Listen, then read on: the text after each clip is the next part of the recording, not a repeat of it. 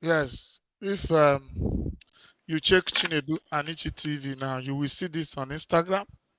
If you check Facebook, you will see it. YouTube, you will see it. We are live already. Instagram is connected. So, my people, good afternoon, good morning, good evening, depending on where you see me. This is Chinedu Anichi, your one and only celebrity CSO, the African voice in diaspora. And this is Chinedu Anichi TV, streaming live from United States of America. Brothers and sisters who are here today. And we are lucky to have a brother. Yeah, Udaya and others, thank you for coming in.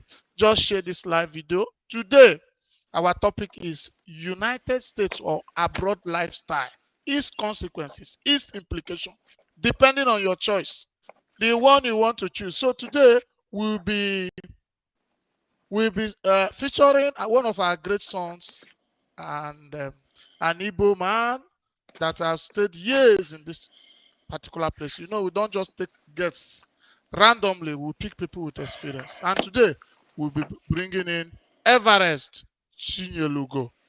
That is the CEO of Classic Motors, United States of America. Everest is already in the studio to show. I've not seen this gentleman showing this kind of punctuality. Yeah, so let me bring in Everest.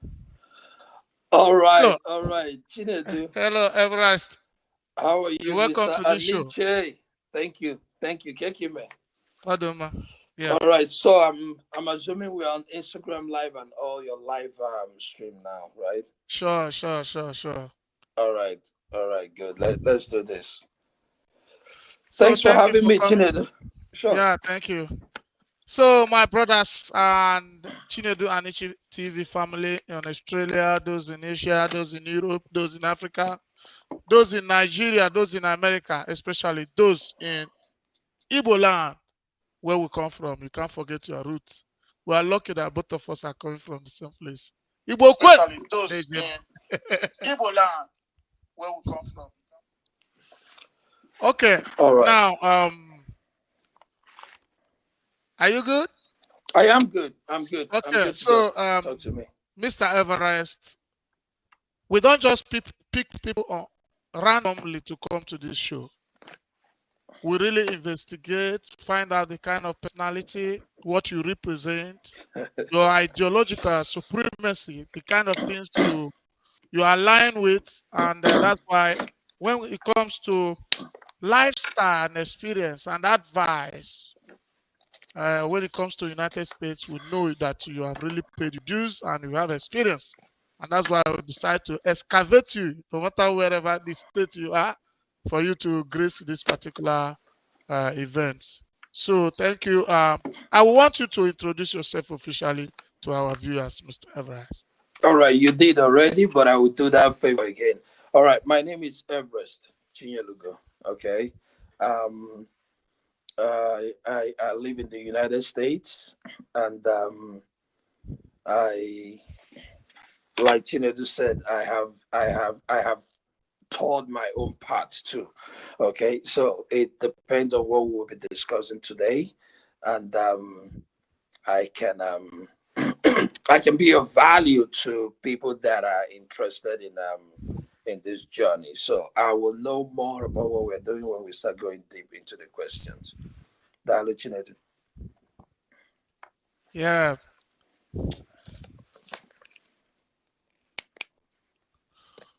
Okay, Mr. Everest, thank you for your humility and for honoring this particular invitation. So, we know that each time you touch anybody that have achieved one or two things, or the person that knows his onions, you always have a story to tell about his or her glory. If you touch Osime, he will tell you, "I hugged pure water." If you touch Africa, China, it will tell you one thing. If you touch any kind of person. So today, we want to start with because when you talk now, it will look as if you were just born from the A and planted and germinated in US. So, can you humbly tell us a little? of your humble beginning Well, as you arrived in US? it's funny how you said, what's the name you just called that, they hawked pure water. I did, okay. And funny enough, when we did, it was not even pure water. There was no NAFDAC number on it. It was ice water. Okay, they put it in a plastic bag, tie it up, and put it in a bucket. Okay, but I came here about 24 years ago, almost 24 years. It will be 24 years in July, and it wasn't an easy journey. I mean, of course, it's sad that we ran away when Nigeria was still good. Because to be honest with you, when I left Nigeria, there were a couple of things that we have in Nigeria that we don't have today. Okay. When I left Nigeria almost 24 years ago, even when I was processing my US paperwork, I was mailing my paperwork to US using Night Post. Okay. And when there is need to call, I was calling the US through Nitel. Okay. And even when I got my visa and was getting ready to relocate to US, the airline that brought me here was Nigerian Airways. Okay, so this is just a little background, and majority of the people that are in their 20s today don't even know of any of these things or did not use any of these things. Okay, so it wasn't an easy journey. Okay, I did not just wake up. I believe in grace, but I also believe that you have to work hard before grace will kick in. So I did my assignment, I did my job, and and grace now did the rest for me. Okay, because whatever process that I used in relocating to the US, a lot of people did way better than me. A lot of people have better paperwork, a lot of people have better bank account statement, but for some reason they did not make it, but I did. Okay, so I don't take that for granted. Okay, so I'll be sharing more of my experience, and journey, as we go, depending on the question that I'm answering to. Okay. Yeah. Okay. So thank you. When people like us begin to hear all this, when we begin to hear all these 20-something years, Nigeria Airways, It happens like that. It happened like that. it will look I as still if remember it. I it's still not the remember it same. like it's yesterday. It's not the same Nigeria, or it's not the same I still US. remember it like it's yesterday, bro. Yeah, yeah. Thank you, my brother. So our topic today is US lifestyle. Mm. I know for 24 years, somebody who is 24 years here, you must have seen it all. You must have seen. And when we I've mean this, seen my share. so when we mean this lifestyle, we are talking about the lifestyle of Africans, Hmm. especially the immigrants. Right. So when we leave our place and come the way you did 24 years ago, um, Hmm. expectations, the kind of things we had in mind while coming, and the reality that is facing us. Right. So we would want you to, is there any part of this experience you can share that will sound adversary, that will sound like reminding those who are already here that we need to buckle up, especially when it comes to the choice of where you belong to. All right. First things first. Okay. Um. In To those of you that are Igbo, you will understand when they say things like "anaghị ebu guy aga obodo oyibo," "anaghị ebu guy aga America." Okay, some of the mistake that a lot of people did, and some people still do it, is before getting here, you already have this mindset of, you are giving yourself time frame. You are giving yourself that before this time, I want to build this hotel. Before this time, I want to do this. Before this time, I want to do that. Okay. Um, it does not work that way. Okay. The clock starts ticking when you step foot into the US. Not just US, many countries are like that. A whole lot of places are like that. The clock starts ticking when you get into those countries. Okay. If you're going there with a non-immigrant visa, if you're going there believing that in 2 years I go get my paper, But 10 years later, some got it, some didn't get it. Okay. Some people believe that in 2 years they will get their papers. Some people did, and it took some people 20 years, okay, before they get it. So don't have prearranged plans.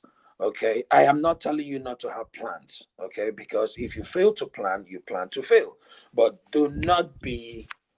You have to be realistic with your plans. Okay, you have to be realistic with your plans. You have to be realistic with your expectation. Okay, some people we go and borrow money and make this kind of big um, payback agreement. I when I moved here, I know people that borrowed like 200,000 naira to pay back 2 million. Okay, it was no joke. Okay, and I'm talking about 2 million then is over $20,000. Okay, when we moved here, 2 million naira then is over $20,000.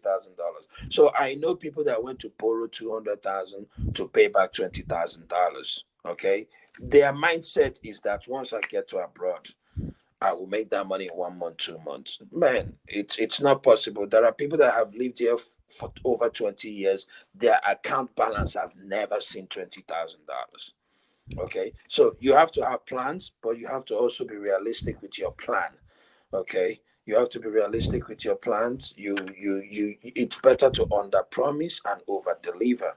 Okay, instead of over promise and under deliver. So be realistic with your plan, be realistic with your expectation. Okay, some people will go and marry a new wife and tell her that I'll be back in 2 years. You might not be back in 20 years. Okay, this is me being realistic with you. Okay, some people we promise their parents to tear down the old house, that they will erect another one in 2 years. You might not be able to do it in 20 years. Okay, so you have to be realistic with your expectations. Okay, who no go no no. Okay, now when you reach there, you will know um the reality. Okay, you will understand and you will know better when you get there. Over to you, Chinedu. Yeah,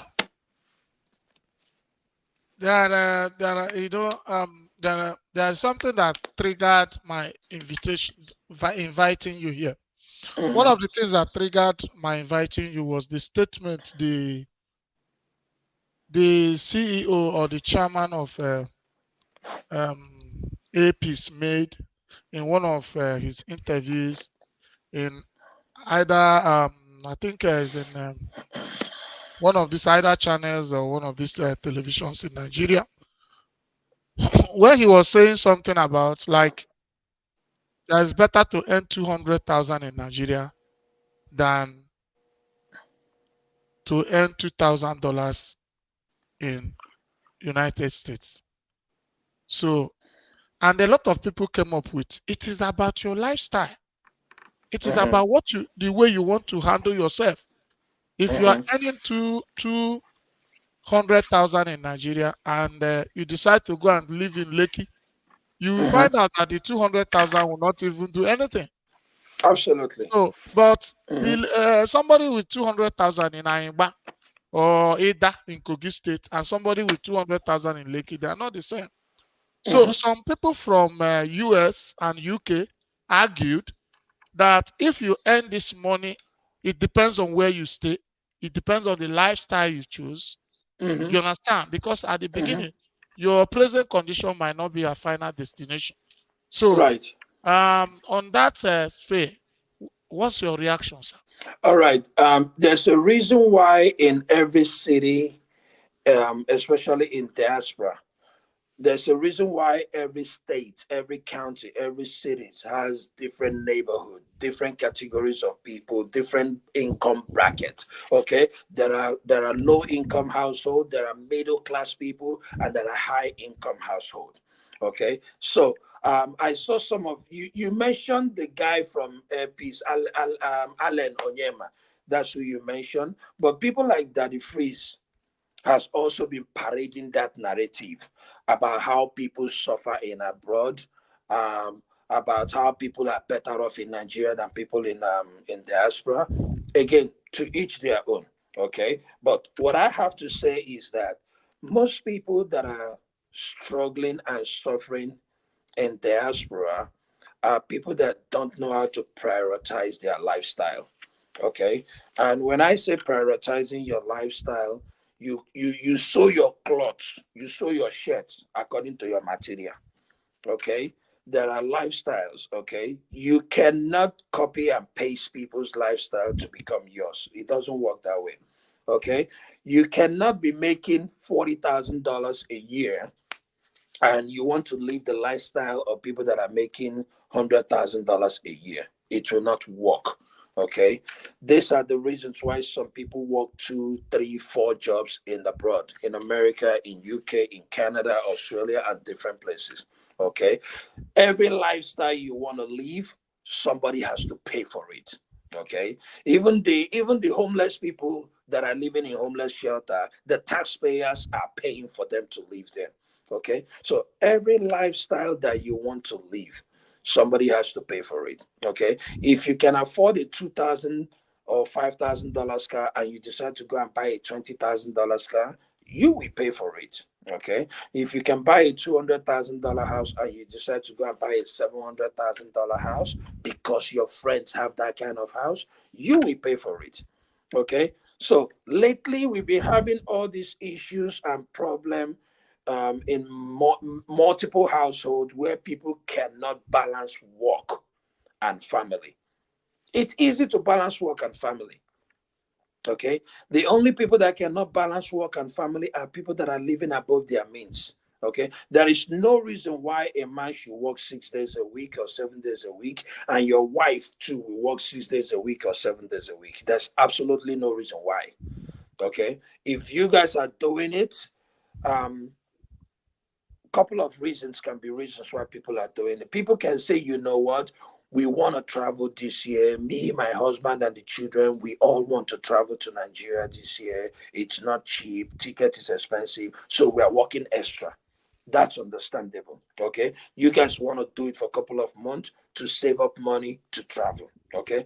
If you guys said we want to work extra because we have this project in Nigeria that we want to round up in a year or two, you guys can pick up extra shift. That is understandable. But there are people that live in this country, and for the past 10 years, all they do is work, work, work, work, work. I'm not telling you not to work. Oh. If you are lazy, you can't survive in abroad. People work harder in abroad than even in Nigeria. I will tell you that. Okay, because most businesses in Nigeria do not operate for 24 hours. People work here around the clock. Okay, so, but I'm not telling you not to work, but what I'm telling you is that your lifestyle, okay, any lifestyle that you are struggling to afford is not your lifestyle. Okay, any lifestyle that you are struggling and killing yourself, any lifestyle that you need 2 or 3 jobs to maintain is not your lifestyle.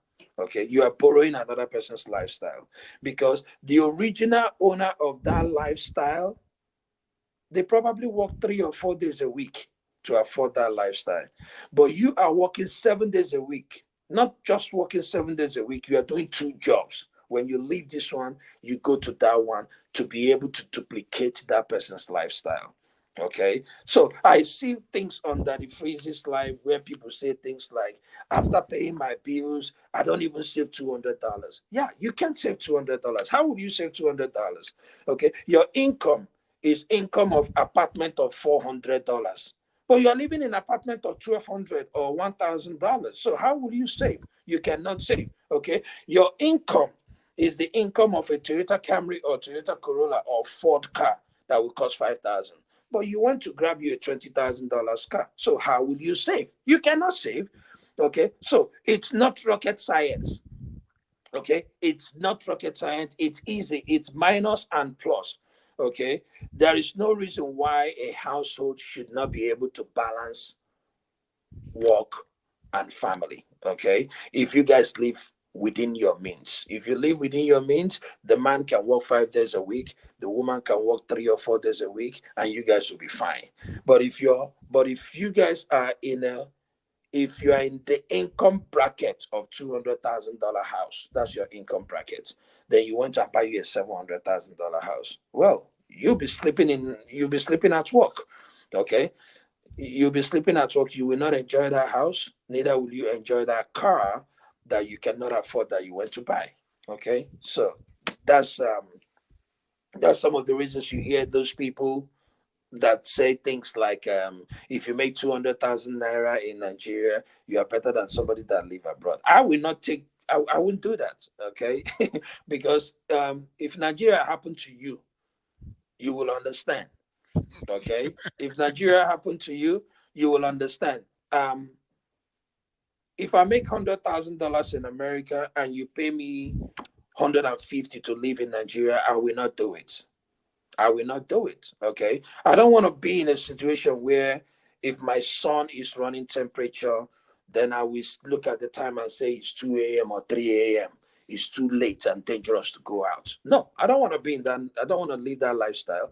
I don't want to live the lifestyle of I'm not safe. I don't feel safe. I don't want to live the lifestyle of if I hurt myself or get injured. Can you just picture? Can you just imagine finding yourself in a hospital and they reject you and they say take carry go, Purugaba, carry go? Like that's insane. Okay, so there are some lifestyle that I will not live anymore, money or no money. Okay, people that live in diaspora don't just live here for just money. Okay, there are people that have lived here for so long that their lifestyle cannot fit into that Nigerian lifestyle anymore. They can only visit. Okay, they can only visit, but it will be tough. Okay, now before you tell me that, but there are people that come home. There are people that do it. I was having a conversation with somebody one time, and they used the Wanyocha, the woman from Switzerland, to give me example. I know how many people are in her position. How many people can go to Nigeria from December and be there till April? How many people can afford that? Okay, some people will use Wanyocha to give me an example. That Wanyocha and Ezenea, her husband, they do it. They've been in Nigeria. I agree. I know. I see them. I follow them. I watch them. But the question is, how many people can do that every year? Okay, so that's the question. Chinedu, over to you.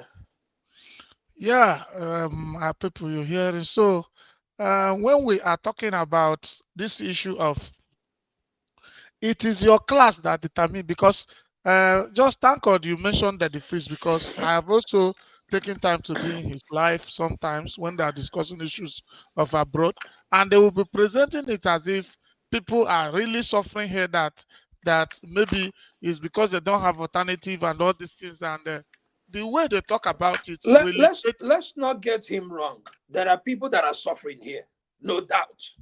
Okay, sure, there are sure, people that are suffering. Okay, but again, like I said earlier, if you fail to plan, you plan to fail. Okay, good. regardless of your suffering, you can still plan and still come out of it. Okay, I have met Nigerians that are homeless. I have met Nigerians that are jobless. But again, all these things can be fixed. Okay, it's easier for you to get a job and get a home, a roof over your head. Um, um, it depends. Okay, it depends. So let me not throw a general blanket and make it sound like it's easy. It's not easy. Okay, but the situation you will find yourself here, there are graduates that are walking around the streets of Nigeria where you need connection or you need to know somebody to even get a job. Okay, over here you don't need to know nobody. I have never worked any job where I need to know anybody. Okay, so yes, there are people that are suffering here. Yes, it depends on many factors. Okay, there are many factors that can make you suffer. Okay, so we can, go into that details shortly, but let's move on for now. Yeah, there's this crusade I have identified with one of the things that propelled me to invite you. This crusade I have always identified with you is the crusade of acquiring skill. Mm, So I generally, love you that talk part. about our people acquiring skill, but Hmm. you emphasize, you understand, on people who wants to jackpot, those who want to come abroad. Mm-hmm. They should have a skill. So Mm-hmm. you have always said this severally. You have always tried to let the world know Mm-hmm. that Mm-hmm. our people should have a skill. That is not Mm-hmm. just trading, doing this, doing this. This is the part. This is the part where a lot of Igbo people don't like me. Okay, my own people. This is the part where they don't like me because nobody want to hear the truth. Okay, now some people will start arguing with me. And the mechanics in the east, are they not Igbos? The plumbers in the east, are they not Igbos? I understand, but do your statistics, do your research. Most of the mechanics in the east, they're older people that might not want to go anywhere.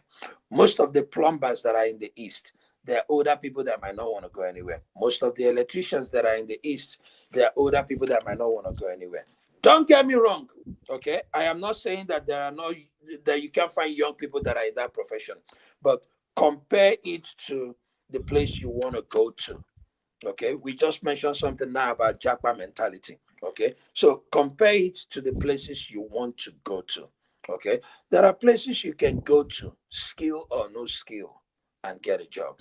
Okay, you can find yourself in UK, America, Canada, Australia. There are places you can go to, whether you have skill or you don't have skill, you'll be fine. Okay, so now let's now bring it down to my Igbo people. We are one of the people that go to the most awkward and weirdest places in the world. Okay, go to Vietnam, you will find an Igbo man. Go to Cambodia, you will find an Igbo man. Go to Myanmar, you will find an Igbo man. Go to anywhere, you will find an Igbo man. Okay, and in a situation where the only background you have is trading. Okay, in a situation where the only background you have is trading. Don't get me wrong again. I am not saying that trading is bad. Okay, but in a situation where the only background you have is trading, you now find yourself in a country where your trading can do zero good for you. Okay, if you find yourself in a country where your trading can do you no good, you're fucked.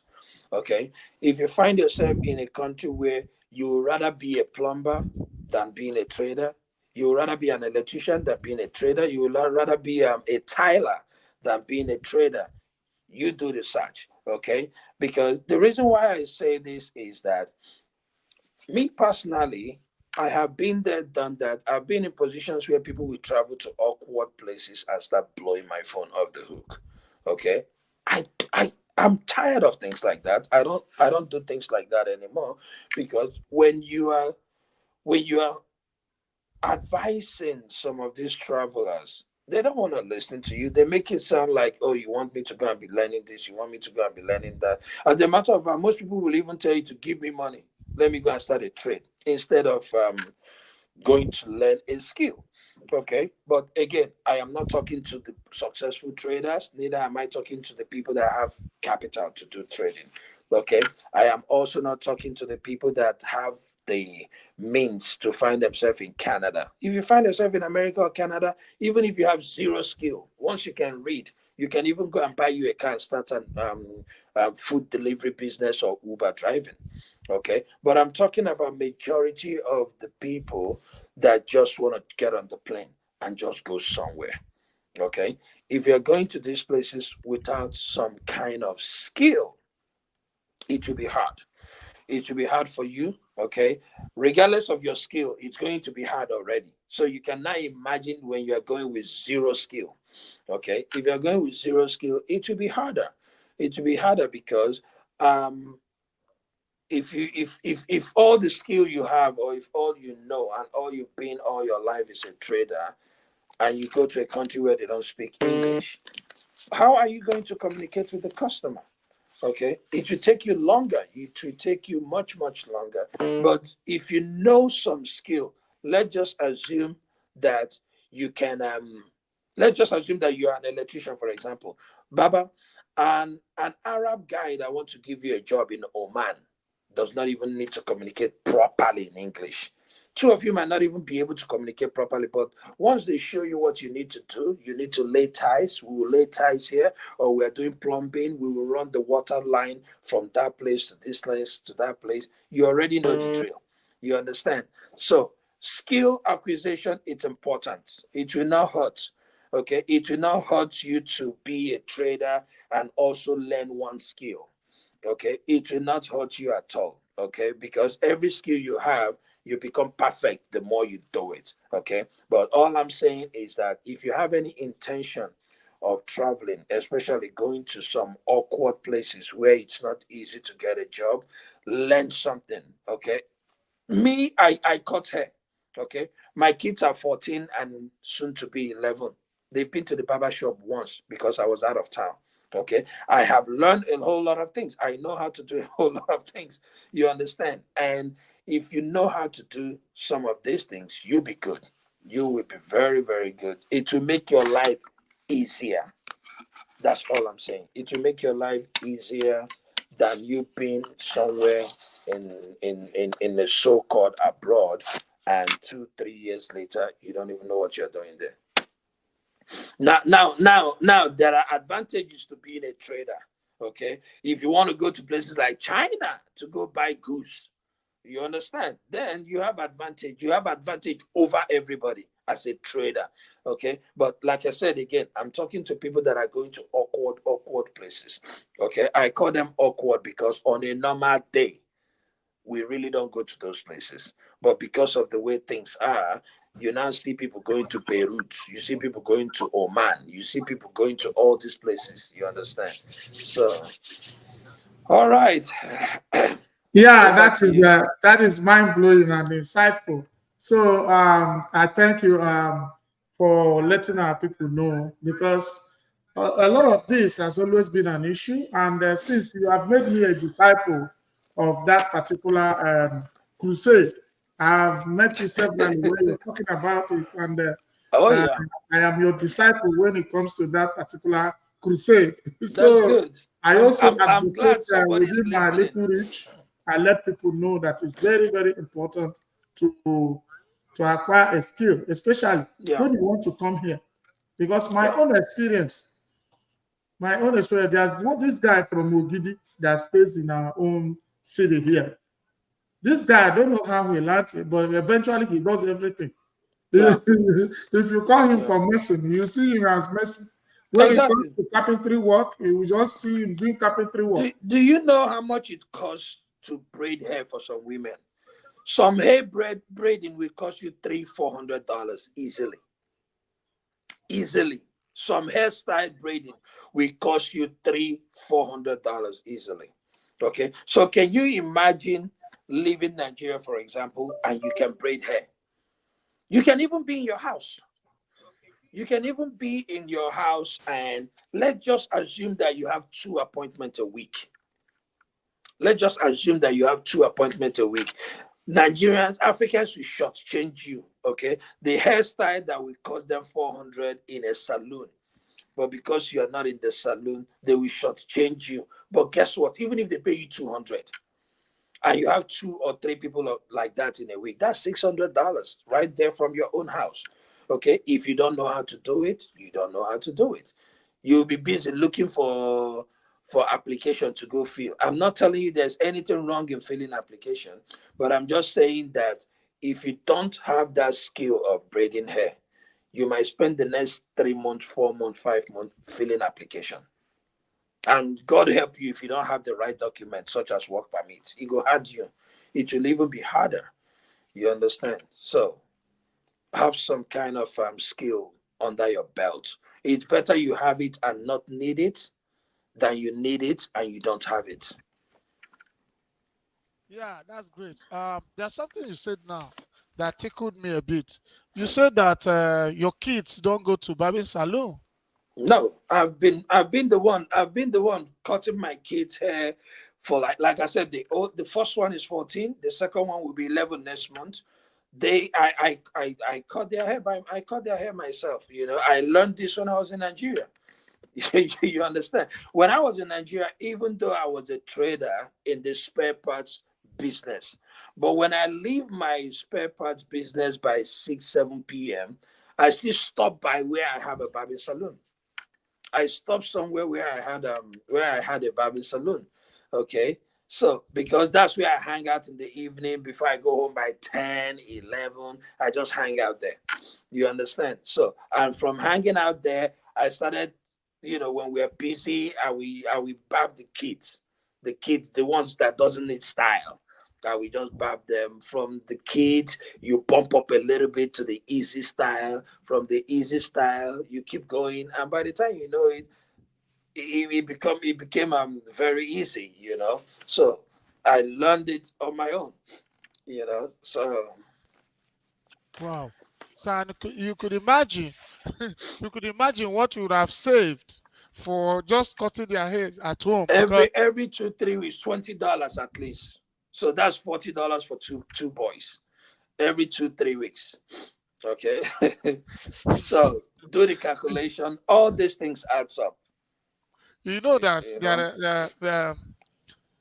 there are things people don't understand. Like when people see us carry low hair like this, some people think that it is style. You just want to carry that kind of hair. No. When you know the environment is even cold, somebody should be thinking of carrying this kind of your hair. So Exactly. when you see us start carrying our hairs like this, people will not understand. See, I Right. told you before, I came to a very horrible state when I first appeared. Horrible in the sense that as an African, the environment is harsh. I told you Mhm, once that I landed in North Dakota, in mhm, Bismarck City. When I mhm. came, that's the first place I experienced minus 51 in my life. Damn. So Yeah, that that's place, that's you can cold. drive for 2 weeks. You've never seen anybody that is black that you will even talk to. So it was in that city that I discovered that to cut your hair, you have to. There's one Ghanaian guy. The Ghanaian guy is the only black guy that people, all our black communities are going there to cut And their you hair. have and you have to book appointment. That's what I'm saying. Like if you sometimes you tell him you want to cut your hair, he will tell you, yeah, yeah, Tuesday no, Wednesday no, Thursday no. He will keep saying no until eventually maybe after 8 days he will discover one day. I will Yeah, tell you the time. And yeah. do you believe it's $45? I know. $45. I So know. you know, That's what I as, pay $40 to cut my hair and trim my beard. as, Forty as an dollars Igbo man, every 3 weeks. as an Igbo man, I said I calculated that money and what I was earning that time as a CN Mhm, because immediately I came, just like what you said, when I mhm, arrived this country. Before I came to this country, I've been a mini chairman of a local government. Before I came to this country, I was 2 times special advisor to the governor of my state. You understand? Before I came to, I was chief security of my state. Before I came to this country. So when I came, all those things and even the certificate, I read philosophy. So it has nothing, mhm. nobody will even call you and start talking about philosophy and your certificate. Where are you philosophizing from? So eventually, Exactly. I had to pick something to support my wife immediately. I went and did this Right. CNA job. So when Mhm, I calculate how much I'm getting from CNA, my brother, and calculate $45, how I will cut my hair every week with $45. Uh, mhm, I called Hillary, one of our brothers in Atlanta. He now mhm. told me, guy, go to Walmart and, and Buy your I buy clipper. your clipper. Now I Yeah. can cut my hair from that day. I can cut my hair without mirror, and you will not see one single. Exactly. I was forced to learn a skill because Mhm. cutting your hair is a skill. You know, Absolutely. so this one is not Absolutely. even about working. At least Mhm. for domestic convenience and for you to save certain things. There was a Right. day here that, what do you call it? My sink blocked. I didn't know exactly what to do. I called Mhm, that Ogidi guy I told you. He told me, mhm, okay, put on I should go on video call. I went on video call. He said, okay, go down the closet under that mhm. sink. He And told me, well, lose it. I'll just lose it and Lose allow it it to and pass exactly. and filter it and the thing started. But if you Exactly. call somebody, it will take time. They will book Mhm, appointment. On arrival, it is already like mhm. $75. And if it's somebody that wants Mm-hmm. to waste time, you will pay for another 1 hour, $100. You know what it is. So Of this is course. something I just bent down and did within 2 minutes. Exactly. So the importance of skill acquisition cannot Exactly. be overemphasized, especially when it comes to this place we are. What you don't Mm-hmm. know here, you don't know it, and that's all. Yep. Yep. And Absolutely. yeah, Absolutely. Absolutely. Absolutely. yes. So that's what we were saying. So I love that crusade and that part of you. So another Mm-hmm. thing is there's this issue of like there's this kind of lies some people say because of how they earn a living. Like some people don't they're not proud of what they do. You know, now I Mm-hmm. told you when I first came here, I was a CNA. Mm-hmm. Mm-hmm. So I did CNA job for close to 1 year. You understand? So the only thing I did is that I made sure that I wasn't working with my wife in the same hospital Mm-hmm. because as a nurse, as a very experienced nurse and exposed in that level, I don't want to Mm-hmm. be in the same hospital with my It, wife. it it won't make sense. So it will So not I even decided to work in another facility. exactly. So that nah, my wife no go to see what I dey work. So that Mm-hmm. when we come back, we know say, guy, you don't come back from work. Yes, I know Mm-hmm. she knows what we do because they have CNS in their own facility. I of But course, of making know course. they see me personally, they run am. Exactly. But I told I couldn't have lied. There was a day Mm-hmm. in one of your discussions I've been following, and something came up that an Uber guy was lying to somebody and Mm-hmm. saying, I am into tech, I am Mm-hmm. into IT." Mm-hmm. So what's your reaction to that about some people here who lies, who try to form what they are not, just Mm-hmm. to be classy, you know, Mm-hmm. like fake life. Mm-hmm. Instead of Mm-hmm. telling people, I think this is part of a lifestyle that ruins people abroad. Well, So what can again, we say about that it? all right. Any any friend, any friend that don't want to be your friend for the real you, you should let them go. They're not your real friend. Any group, any clique, whatever name you want to call it, any group, any clique, any friendship, any group that you belong to, and they have a problem with the real you, you need to get out of that group. Okay, you are in the wrong place. Okay, because if you if you like make you shave all the hair where they lie on body, go put and wear pig day, you go still eat wetin get blood. You understand? So, any group that you belong to, okay, people do all these things to entice and what is that word? They do all these things um to make themselves feel superior, to make themselves feel better than they really are. Okay, I think the best word to call it is false gratification, lying about what you are not really, just to impress people. That's the word I was looking for. People do all these things to impress people. Okay, again, I don't know why some of them are doing it.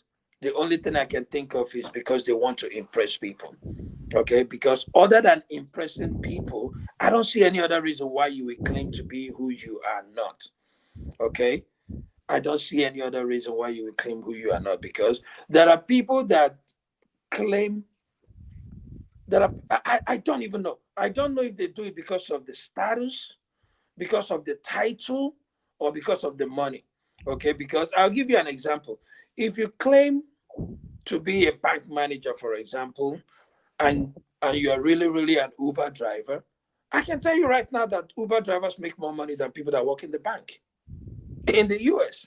Okay, I can tell you right now that majority there are more Uber drivers that make $100,000 than the ones that don't make it, unless the ones that are retired older people, they come out, they make their $60, $80, $100 and go home. those ones don't make money. Okay. But the people that do this thing full time, okay, there are people that do this job full time, they make money. Okay. So again, like I said, I don't know if it's the title, okay, or the money. I don't know why people lie about these things again. And like I said again earlier, it depends on who you are trying to entice. Okay. There are people that like title. There are people that like title. I think I mentioned this to you one time, Chinedu. Yeah. I had a conversation with a lady that went to Nigeria. I know the guy she was talking to, but she really didn't like the fact that he's an Uber driver. Okay. She went to Nigeria and married a guy that worked in the bank. Okay. The day I was talking to her, it was funny because I told her, what are your reasons? I wanted to see where she was coming from. She took the only thing the only reply she gave me was that the guy that worked in the bank had more potential. Okay. I tried to have her explain more, but she wouldn't. Okay. But if I want to compare both of them, this guy is making equivalent of about $83 a month compared to the Uber guy. You understand? So if she's doing it because of who makes more, because in most houses and in most Nigerian family, the problem is that the man doesn't make money or he doesn't make enough. Okay. Now, when you make enough, they will change it to the title of your job. Does it sound good enough? You understand? So I don't know how to solve that problem among our community. Okay, because there are people that will tell you, my husband make money, but I don't like the job he do. He's a plumber. And my husband make money, but I don't like the job he do. He does Uber. I don't know the one you want. You understand? So it's an individual thing. Okay. I don't know why they do it other than to impress people. Other than to impress people, I don't see any reason why a mechanic will say that they are engineer other than to impress people. You understand? So that's the only excuse or the only reason I can find that they're doing it to impress people. But the question I ask is, for how long are you gonna do it? For how long? Okay. So and I will tell you for free, most people that want to do that are not trying to be with you for a lifetime, for a long period. Okay. If a guy that is a mechanic, for example, approaches you and tell you that he's a software engineer, he just want to maintain that lie enough to get what he wants from you and run away. Okay, because it's somebody that really, really want to be with you. Let's just say somebody that want to marry you. How long are they gonna tell that lie? How long are they going to tell that lie that they are engineers or they are software engineer or whatever? How long are they going to tell that lie? Okay. I sometimes when I'm driving, I'm on the screen with you people. Okay. We are supposed to have this show an hour ago, but I have a client that has booked for a ride over a month ago that their flight was running late. Remember, I told you, Chinedu, that was why we moved this thing. Okay. Yeah. You can build business out of anything you want to build. Okay. I do Uber, but guess what? I can stay 1 week sometimes without turning on that app because I have built my own client. And you see that 40% that Uber is taking, I have I have blocked it off. Okay. So I have built my own clients to a point where they now call me direct. I have clients that have booked me from now to July. You understand?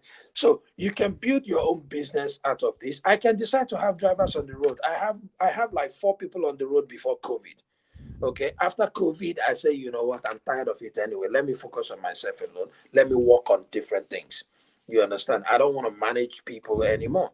Well, I don't want to manage people in transportation. I still manage people. You understand? I still manage people, but I don't want to do that anymore in transportation. Okay, so but the point I'm trying to make is that you can build a business out of anything you want to build a business out of. Okay, so I don't know why people will lie about what they do other than to impress people. And like I said, they only do it because they want to be in your life temporarily. People that really, really want to be in your life have no reason. They have absolutely no reason to lie about what they do for a living. Okay. So and it's only a matter of time. It will catch up. So that lie will not last. Okay, it will just catch up in no time.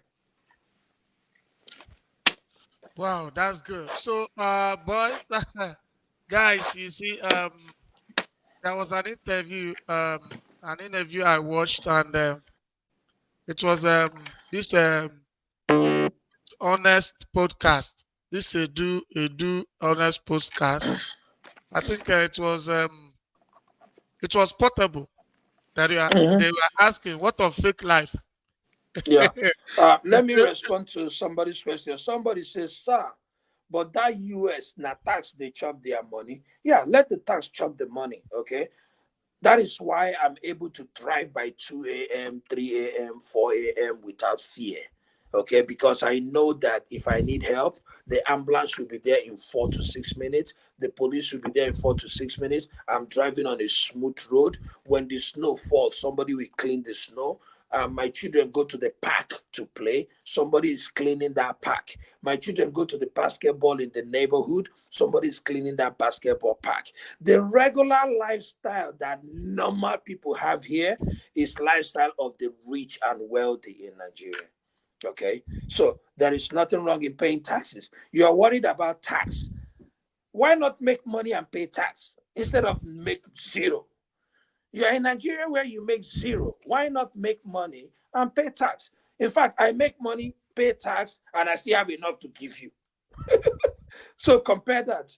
Okay, let the tax take its own tax. The government does not have a shop where they buy or sell. The government generate most of their money through taxes. Okay, the government generate the money to run the society through taxes. When you call 911, ambulance will show up. Who go pay? I'm not the person who pay the ambulance driver. I mean, no be person buy the ambulance. When you call for help, you call 911, police will show up. Have they ever showed up and asked you on Gazette loss? Somebody is paying it. Your tax money is paying it. Okay? So, Africans, we need to stop this mentality of trying not to pay. Okay? We do it all the time. I like the fact that you asked that question about taxes.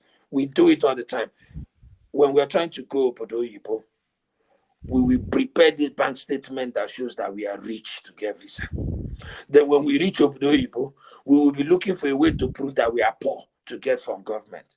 You understand? Some people will prepare all these document, beautiful document that they are going to Obodo Yibo to have a baby. When they finish having the baby, they will now convert the payment to naira and leave the bill and run away. Okay. Now, what will that happen? What will that cost? That will not prevent the next person from getting the same opportunity. Okay. Or they will tell you that before we will take you in our hospital, you have to pay everything up front. They will tell you you have to pay everything up front because somebody somewhere has screwed it up for the genuine and the real people. Okay, so one of the last things you should worry about in abroad is taxes. We pay taxes and we are happy to pay taxes. We are proud to pay taxes. Okay, in fact, when somebody wants to harass you, one of the first things you tell them is, I'm a tax paying citizen. It gives joy to pay taxes. It means that I'm part of this society. I'm part of the people that build this society. Okay. So that's what it takes. If I want to play golf, I will just go to the golf course behind my house here and go and play golf. I don't owe anybody money. If I play the ball, zoom, I go drive the small motor, go where I play and go. Now, person they pay for all those things. Somebody's maintaining all those things. Okay. The road you drive on is good. Somebody's paying for it. Okay. So the least thing you should worry about is taxes. yeah, thank God you mentioned that because always people will be saying, tax is taking your money, tax is taking your money. Okay, they don't even know what they are using these taxes for. They think it's Yeah. like in our place that people are just embezzling the tax money. Here, you will see what the tax is used for. As a matter of fact, in our places, you pay taxes. You are too poor. You are too broke and too poor to not know that they pay taxes. Okay. There are some certain levels you will get to in Nigeria. You will know that they pay taxes. Okay. Only poor people, I'm not saying it to insult anybody, only people that have limited amount of money are the ones that don't know about taxes. When you get to some position in Nigeria, you have a business, you import things, you manufacture things, you will know that Nigeria also pay taxes. You understand? You will know that Nigeria also pay taxes. But when you don't have money, when you don't have a lot of money, when you don't have any real money, you are managing. Nobody will remember you. Taxes don't even know you exist. But when you own property, I pay property taxes in Nigeria every year. I pay property taxes every single year. Okay. When you have property in Nigeria, you will know that you pay taxes. When you own a business in Nigeria, you will know that Nigerians pay taxes. So taxes is not just an abroad or Oyibo man thing. Everybody pay taxes. Okay. So even the small money where you get for your bank account, you will see they will remove VAT. What do you think is the meaning of VAT? Valued added taxes. Okay, so they will remove taxes even in your small change where you get in the bank. So people pay taxes everywhere. That's how the economy functions. Wow, thank you, my brother. I think you do. Those of you in Instagram, how you enjoying our show today? You are seeing Mr. Everest in his full form, in his constructive engagement, and so uh, Michael Fisher, all of you were saying you were greeting you for following up and watching our great brother Everest. Everest, I know that you are the CEO of Classic Motors. Classic. So, uh, this business, so how is it faring? um I think a whole lot of businesses are on their toe right now. A whole lot of business. This global economic crisis is real. Okay. And every business is feeling the impact. Business is not what it used to be. Okay. But there's one mindset and mentality that I have. Okay. I don't believe in just paycheck. I think paycheck it's paycheck paycheck it's a pill. It's a medicine that will allow you to forget every of your own dream. Okay. I don't have a problem with people that are earning paychecks, but whatever you do in life, you need to have something that is your own. Okay. I don't care how small it is. I don't care if it's vending machine. I don't care if it's vending machine. You need to have something that is your own. I don't care if it's vending machine. I don't care what it is. I don't care if it's Airbnb property. I don't care if it's whatever you do, because believe it or not, whatever job you're doing now that is signing your paycheck, if you drop dead right now, that your position will be replaced in less than 2 weeks. Okay. Whatever job you are dedicating 90 hours, 70 hours a week and dedicating the people. Can you hear me? Can you still I hear can me? hear you. I can hear you, sir. I Can you can still hear hear me? you. Okay, yeah, a call came in.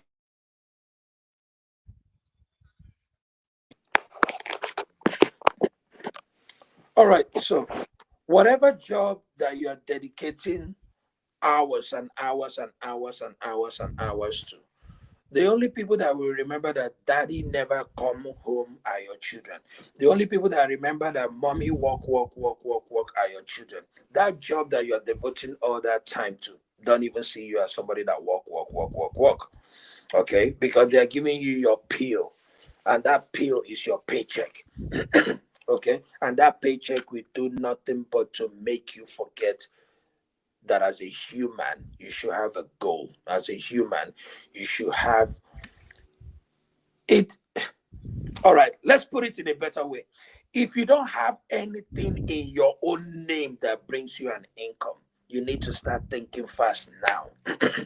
You need to start thinking fast now. Okay, I take pay cuts. I was a used car manager somewhere. I said to myself, I have my own place, but I don't have time for my own place anymore. Okay. I took a pay cut. Okay. Moreover, the job was crazy. 9 a.m. to 9 p.m. Monday to Friday, 9 a.m. to 6 p.m. on Saturdays. I didn't have a life. I said to myself, no, I cannot do this. Okay. You have to have something in your name. I don't care how little. how small it is. Okay, because like I said, if you keep working paycheck, paycheck, paycheck, nothing is wrong with paycheck. Okay, but like I said, if you keep working paycheck, paycheck, paycheck, paycheck, paycheck, um, I don't know for how long you will do it. Okay, you just have to have some things below your belt. Okay, I'm a business owner. I'm a scrum master. Right now, I have maybe about 14 days to take my board exam. I'm trying to get an insurance license. Okay, all these things are things that I can do from the luxury of my home. Okay, I don't have to work for nobody. I'm also working on a franchise. I'm working on a franchise to buy a franchise for myself. Okay. Now, these are the kind of things I can leave for my kids. Okay. These are the kind of things I can say to my son, you know what? School is on holiday. Come work here. Okay. These are the things you can leave for your own generation. You cannot leave paycheck. You cannot transfer paycheck to your own generation. So, whatever you are doing, have a plan, have a backup plan. Okay, have a backup plan and start thinking, what should I do? It's not easy. It's not easy to think and come up with anything that gives money. It's not easy. If anybody tell you that it's easy, they are lying. It's not easy to think of anything that provides money. Okay, but you can think about what are some of the services that you as a human being need, and you pay people. How hard? Remember what you were saying about Baba the earlier, a few minutes ago. Okay, if you are trying to book a Baba, he will tell you today, tomorrow, next tomorrow. Ask yourself, what kind of services am I struggling to get, and how do I contribute, or how do I make a living out of this? Okay, so there are a bunch of things you can do, but whatever you do, do something. Okay, not having anything that brings money in your name, it's a no. Not having anything that brings income that belongs to you, it's a no. I don't care if that thing brings $30 a week. You have to have something. That's what makes you a human being. You have to have something, then you start building it. Okay. Amazon started from his garage selling used books. Okay. Amazon started from their garage selling used books. Today, you see what Amazon is. Okay. So it's not too late to start anything. You have to be coachable. I'm still learning stuff. Okay. I am still learning stuff. As a matter of fact, I'm beginning to transition from working hard to working smart because I'm I'm getting too tired to do some of the things I'm doing now. So I have to transition and ask myself, okay, how do I work smart instead of working hard? Okay. So you have to. If you're listening and hearing the sound of my voice, you need to figure out what can I do that puts name that brings income in my name. It can be an Amazon store. You can register to own your own Amazon store. That your own Amazon store, there are tiny things you can be selling on that your own Amazon store. I don't care if it's a phone charger. Okay. You can own your own Amazon store and look for the kind of things you will be selling on Amazon. You can own your own business. I don't know how you want to do it. You can learn a skill. You can learn how to braid hair. I don't care how you do it, but you have to have something that brings money in your own name, not just in the name of a paycheck. Wow, this is a big encouragement to me because when you said Amazon started in a garage, I'm also thinking that CNN started in a very um, small studio like mine, and Yeah. Yeah, you're right. yeah, so that's what I used to. CNN did not just wake up one day and became CNN. Okay. See, sometimes we underrate the things we do. Okay. I started I started shipping cars in 2001. I would ship one car, ship two cars, ship three cars. And it got to a point where I was shipping over 120 cars in a year. Okay. So it got to a point where I was shipping over 120 cars in a year. Okay. Because I was already in that business. Okay. The Nigerian market started acting stupid. I diverted to selling my cars here. Okay. Now, I sell my cars here, but because I know that you don't sell cars every day, I ask myself, okay, what need to bring me money every day? I established a medical transportation business, taking all this grandma, grandpa. First of all, I started with school transportation. Then, when school is on break, you are back to being broke again. I now added medical to it. Okay. So during school section, we take kids to school and also take people to the hospital. All these grandpa, grandma, them. So even when school is out of section, we still take people to the hospital. Okay. So COVID came and Uber, not just COVID. COVID is not the big killer of the medical transportation business. Uber and Lyft now came into that business. Okay. Uber and Lyft are actually the one that killed medical transportation business. Okay. But guess what? I'm already in that field. I signed another contract. I look for another contract. I transport organs. Okay. Some of you see me driving in the night. Sometimes you see me by 2 a.m., 3 a.m. driving. I might be driving with a heart that is breathing. If I'm not on Instagram and I'm not playing music, I can hear that in breathing in the back of my car. Sometimes I'm delivering a heart that I might be delivering 3-4 hours away. Okay. So you just have to create your own business. Okay. Maybe we'll schedule another day and talk about creating business entirely on its own. But Wow. you have to create your own business because, like I said, paycheck is good. But if you show to work today and you see where they use yellow tape and circle your job, what will you do? You will start filling application. Some people might be lucky. If you are in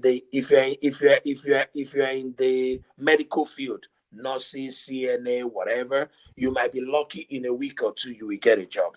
But if you are not in the CNA or if you are not in the nursing field, if you are not in the medical field, and you just show up today, boom, and they use yellow tape and board your place of work, do not enter. One day, you can stay another 3 months and not get a job.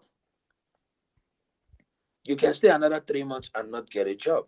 Okay, Sure. there are a bunch of things you can do. The first job I owned, or the first business I owned in America, is vending machine. I bought it from an Indian family. They finished school. We all went to school together. Then they got a job in Australia. So they moved to Australia because it's closer to home, it's closer to India. They now moved to Australia. And I bought those vending machines from them. Guess what? I will go to Costco and I will pay $3 for a case of this thing. $3 for a case of 40. And I said them $1. Okay. So sometimes I use $120 to fill the whole vending machine, and I will come back after 3 days and take 600 and things still remain. You understand? So I own like three of them. That was how I paid my school fees. That was how I paid my school fees because you can't be here and be calling Nigeria for somebody to send you money. That's not going to even happen. That's not going to happen. So I own those vending machines. Okay. I regret giving them up because I felt like I don't need this thing. Because sometimes they started filing complaint that I'm not restocking. Because sometimes 1 month I never even go there. Okay. So you have to have, like if you have this vending machine, go there once a week or twice a week, go and restock everything that you need to, everything that is missing, restock your cookies, restore your chips, restore your candy, restock your water, restock your Pepsi and all those stuff. If you have the time, it is a business. You can imagine if you own like 10 vending machine and they bring you $600 each in a month, and you are not even there. You are not there with the machine. You just drive to this one, put your water, put your pap, put your cookies, put your candy. You leave. You go to the next one, restock it. You go to the next one. You might not see that machine again for another 4 days. You understand? So there are a bunch of things you can do. Just whatever you do, just own a business. Own a business. I don't care how small it is. I don't care if you are selling something online. You can do it from your house. You can order something from China. You can order something from a bigger store. And some things are on sales in the store. Anthony used to do that. Anthony, my friend. Some things are on sales in the store, but they're not on sales online. So what Anthony was doing with his Amazon store was shopping for things that are on sales. Okay, this thing might be $2 online, but at the store it's on sale for 70 cents. So Anthony will buy it, go home, post it on his Amazon store, and sell it for the $2 because some people are too lazy to go to the store. So they don't even know that it's on sales. But you that go to the store, you know it's on sales. You buy it because it's on sales. Then you go home, you post it, and you sell it the original price online. You understand? So all I'm trying to say is that whatever you do, figure out a way to make income in your name.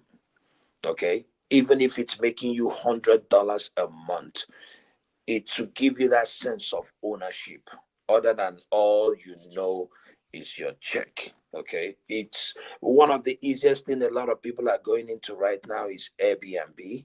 Okay, some people are going into Airbnb. If you live close to school, if you live close to hospital, if you live close to the airport, if you live close to downtown, if you live close to stadiums, Airbnb is good. Okay, some people get a property that costs like $2,000 and they rent it about 190 a night. Okay, and some of them sometimes that property brings them $4,000 in a month. Okay, so think it's like I said, it's not easy to make money. If it's easy, everybody will make it.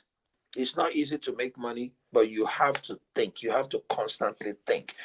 You have to constantly think and constantly think of how to make what you're doing better. Wow.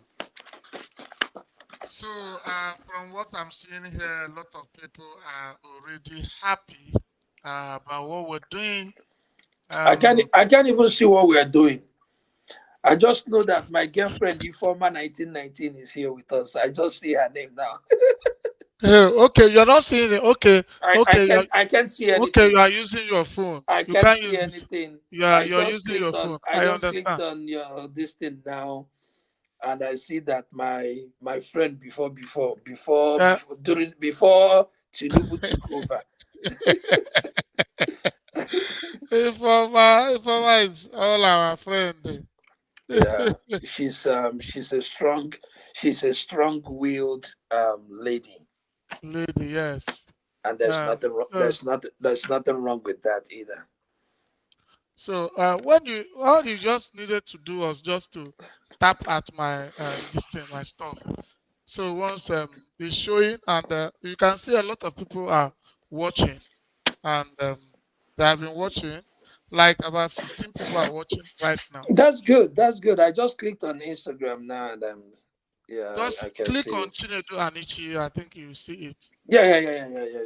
So, All so, right, moving on. What else do we have to talk about, Chinedu? so yes, my brother, you are great. I must confess. That's why I say, if I must say good afternoon. Good If I must, afternoon. Good afternoon, because they Ifama. say you are a girlfriend now, you because Uncle Everest say you are a girlfriend. Until they She's call you she's girlfriend my before you start she's my greeting. she's my Huh? friend now. Ify. Yeah, that's great. So okay, Everest, Yes, sir. I understand that you change your mind from what you say. You use the word that I don't want to repeat sometimes for decency's sake, but you said the Nigerian market started doing things that you didn't like, Mm-hmm, and you decide to be selling your cars here. mm-hmm, Like a lot of people have passed through. There's this guy that is always carrying one kind of phone number on his chest. I think his name is Wagwata Fifia or something. I think mm-hmm, I've come across him once and twice. mm-hmm. Sometimes Nigerians are dragging him. Sometimes he's dragging Nigerians. A lot of Mm-hmm. things happens with this you people's business. And I have Yeah. a close friend here too, who is a Yoruba guy here, Gani. He deals with Mm-hmm, the way you're just doing, just the same business. mm-hmm, And mm-hmm, sometimes there's always trouble in Nigeria. You give people car or people request a car or this. Mhm. So what exactly was the the challenge that made you to take the decision of feeling more peaceful selling here than selling to our Um, people? all right. It's a whole lot of factors. Okay. Um, for some unknown reason, Nigerian business is frustrating. For some unknown reason. Okay. In Nigerian, we call you and say, I'm interested in a 2005 Toyota Corolla, for example. He know what a 2005 Corolla look like. You know what a 2005 Corolla look like. But first of all, they want to see picture. Okay. That's the first step. He is the one that told you he wanted 2005 Corolla. He know what it looked like. I know what it looked like. He wants to see picture. Now we will send picture. Okay. Now he wants the price. People like me, I will give you the price based on what is going on at the auction this week. In fact, the one I showed you might be one of the ones going at the auction this week. Now you have to do your conversion, do your exchange and all that, figure out how to pay the money. You will pay the money. By the time you pay that money, that one that I showed you might be gone. Now I have to deal with every morning I will receive your message asking me how far. Every morning I will deal with your message asking me how far, even though auction in my city is only twice a week. Okay. Auction in my city is twice a week, but I have to deal with your how far for another 1 month until I find a car. Now, people like me, when I find the cars, there's something they call jumping title. I don't like to jump title. Okay. When I find the car, I have to change the paperwork to my name. Okay. That will take me another 1 week. Why this person is asking me how far, have you shipped it? Have you shipped it? That will take me 1 week to change the paperwork. Then when I change the paperwork, now I have to find a trucker to take it to the port. While I'm finding a trucker to take it to the port, you are still asking me how far, how far, how far. Now the car is at the port. The ship will not take only your own. Okay? The ship will not take only your own. You are also still asking me how far, when is the ship leaving? In a nutshell, sometimes you do one transaction, you get 45 phone calls over one transaction. And you ask yourself, I probably made 200,000 naira in this business. 200,000 naira today, it's about $140. Then you ask yourself, is it worth the headache? Okay, that's number one. These are the people that are genuine. Now, to the people that are not genuine, or the people that have stories, you can ship a car to somebody, especially those carry come make we sell for you people. Okay. Oga, I have gone to a car stand in Lagos, priced my own car, and they refuse to sell it to me. You understand? Why? Because the guy that I gave the car, he traveled, and his cousin that doesn't know me in person was the one there. Okay. I went over there. This was the days of Bora. Some of you might know the car they call Bora. This is Passat. These were the days of Passat. Okay. I went there. I was looking at my car. I'm the owner of the car. I shipped the car. I want 1.5 million for the car. I got there. I priced the car 1.5 million. The guy was telling me it's 1.8. That's the last price. I told him, hey, call your, because he told me that his partner is not around. I told him, call your partner, discuss with your partner. I'm going to go to the restaurant across the street to eat. Okay. You guys should discuss. This is my number. Let me know. Okay. He called my friend, my old friend that I gave the car. He called my friend. They discussed. My friend sent me a text message. I said, "Hey, Prince, there's somebody that is super interested in this car. My guy said the guy just came back, and the guy said he's willing to pay today. He's willing to pay 1.3 million. Remember, this is my car. I want 1.5. I priced it 1.5. But this guy just sent me a voice record on WhatsApp telling me that somebody wants the car and he has 1.3 million cash. Okay. I told him, no, I'm not going to sell it 1.3. It's 1.5 or nothing.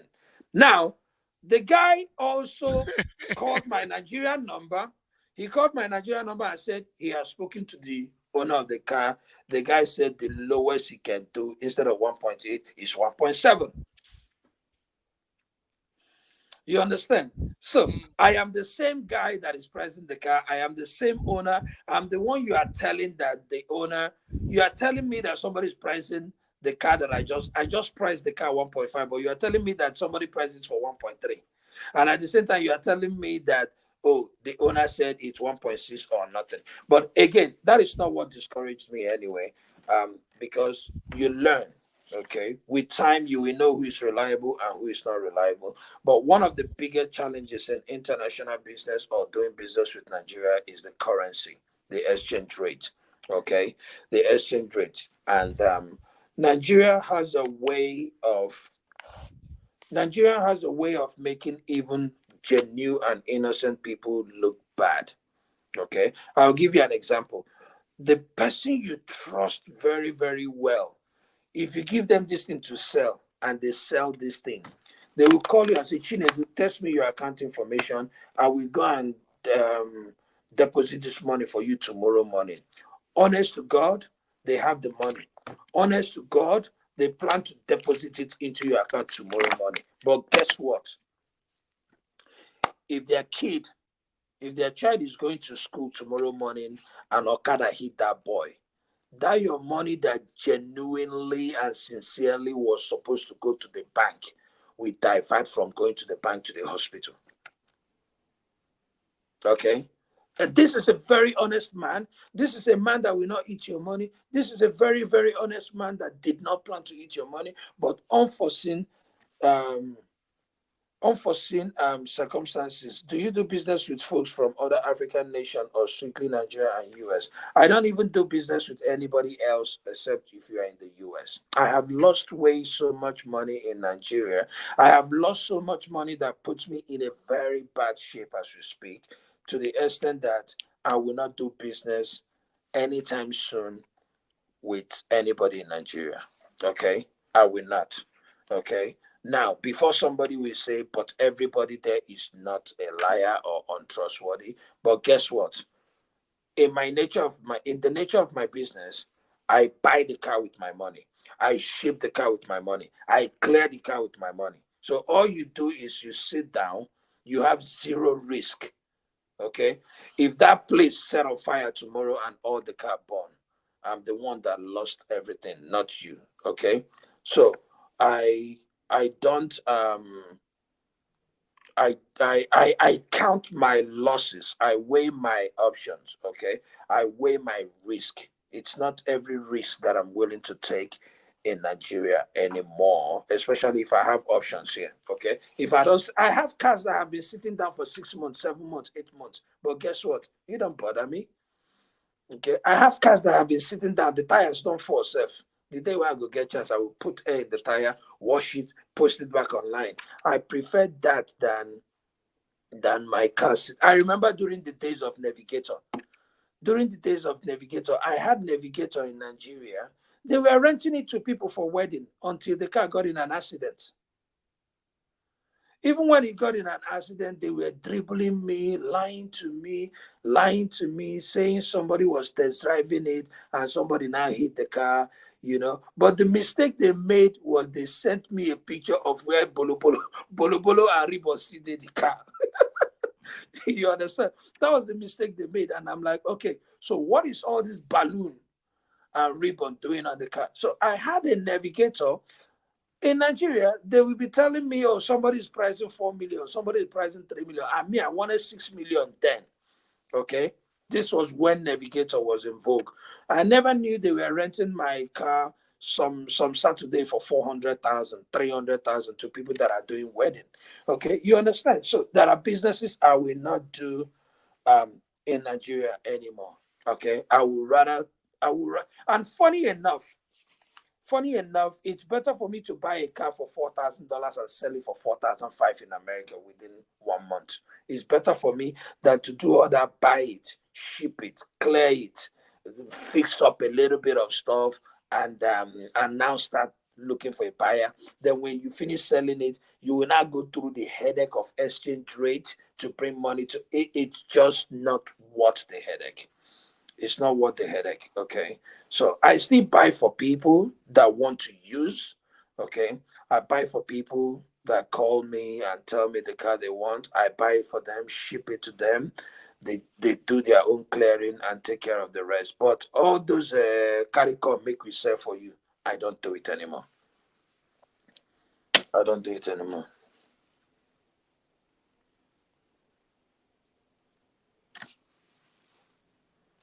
Chinedu, are you still here with me? Seriously with you, sir. All I right. told you, I'm just behind the scene. I'm reading something for you. I didn't know when I muted myself. Sorry. Okay. True humility True, underscore Everest. 101. Yeah, I can read it. It says, true, Everest. I completely agree. Nigerians do not want to risk any money, but want you to spend your own money and buy them a car and ship it to Nigeria. I completely agree. Yes, I agree. Okay.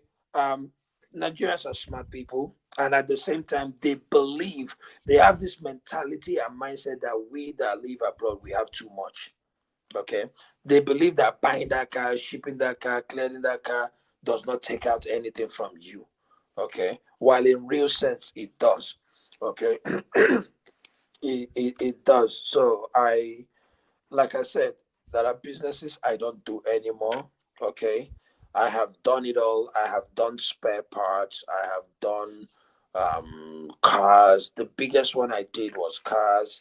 I have done cars. I have done spare parts. And like I said, unless you are ready to be jumping on the flight every single time you ship something, you might be in a better shape than some of us that will not go every single time we ship something. But like I said, I have my peace of mind. Okay. I have my peace of mind doing everything I'm doing here compared to me shipping things to Nigeria. Okay. You said you can read from your point. So there's the reactions from Instagram. Somebody said, from what I have From gathered what I so have far. gathered so far, my question is this: have you done business in other African nations? All right, I have not. Okay. Personally, I have not. Have I shipped things for clients, for customers to other African nations? Yes, I have. But guess what? It's the same thing. Okay. I have shipped things to friends that have brothers in Abidjan, Cotonou. I have shipped things to people that have brothers in Liberia. But guess what? It's the same family member or friends or brothers in those African countries. Okay. The story is relatively the same thing. Okay. I have done business with people in Cotonou. Okay. I have shipped things to people in Cotonou. Okay. As a matter of fact, I have a couple of things that will be going to Cotonou in June. Okay. But guess what? I'm also shipping them to another Igbo guy. Okay. If he's an honest person, whether he's in Nigeria or whether he's in Africa, it's still going to be the same result. Okay. I don't know anybody in Gambia, for example. I'm not interested in doing business in Gambia because I mostly travel and visit places where I know people, and I mostly do business with places where I know people. Okay. I can decide to go to, if you give me Bulgaria and Germany, for example, if I don't know anybody in Germany, I can decide to travel to Bulgaria because I have a friend in Bulgaria. That might make me feel more relaxed, more comfortable. I will have more fun compared to me going to places where I don't know somebody. So I prefer doing businesses with people that I know. Okay. So it's the same. It's the same. It's the same result.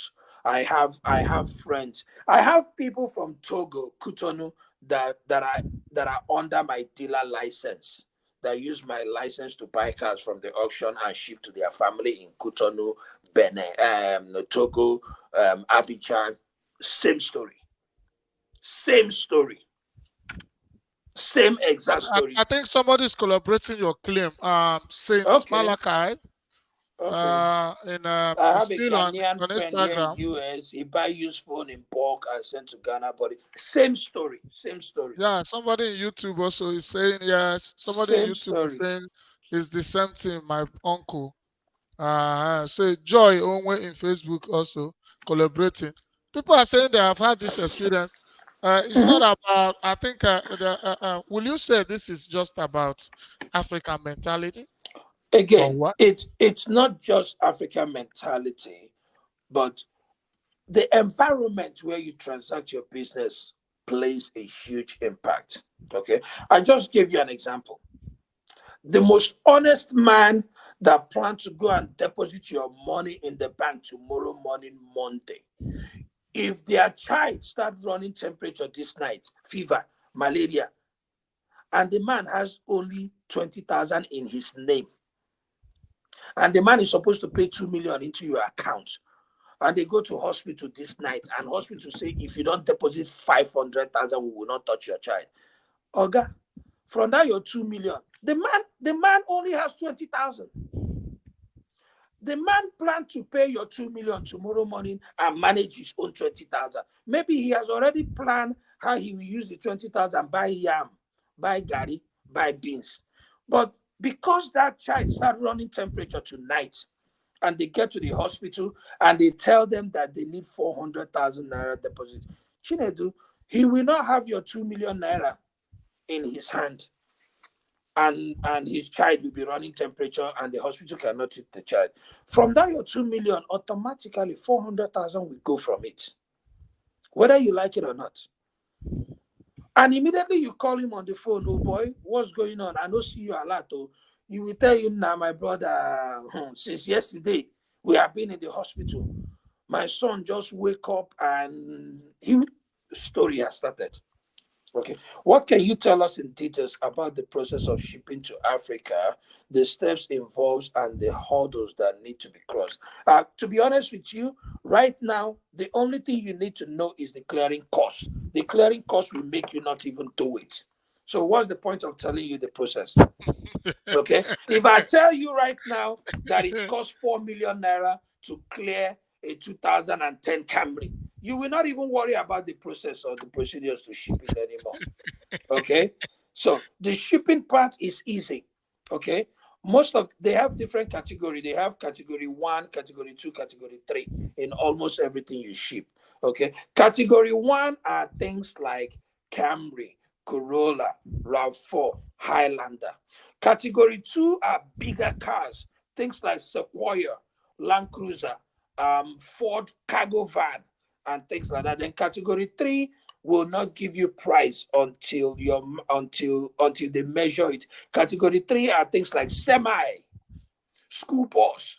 Those ones they go by the length, the height, and the weight before they can tell you the cost of shipping it. Okay, almost all cars cost the same amount. All the cars in category A cost the same amount to ship. Okay, a $40,000 C class and a $400 Corolla will cost the same amount to ship because they're all the same size. Okay, category 2, things like Sequoia, okay, things like Ford cargo van, things like that in category 2 will cost the same amount to ship.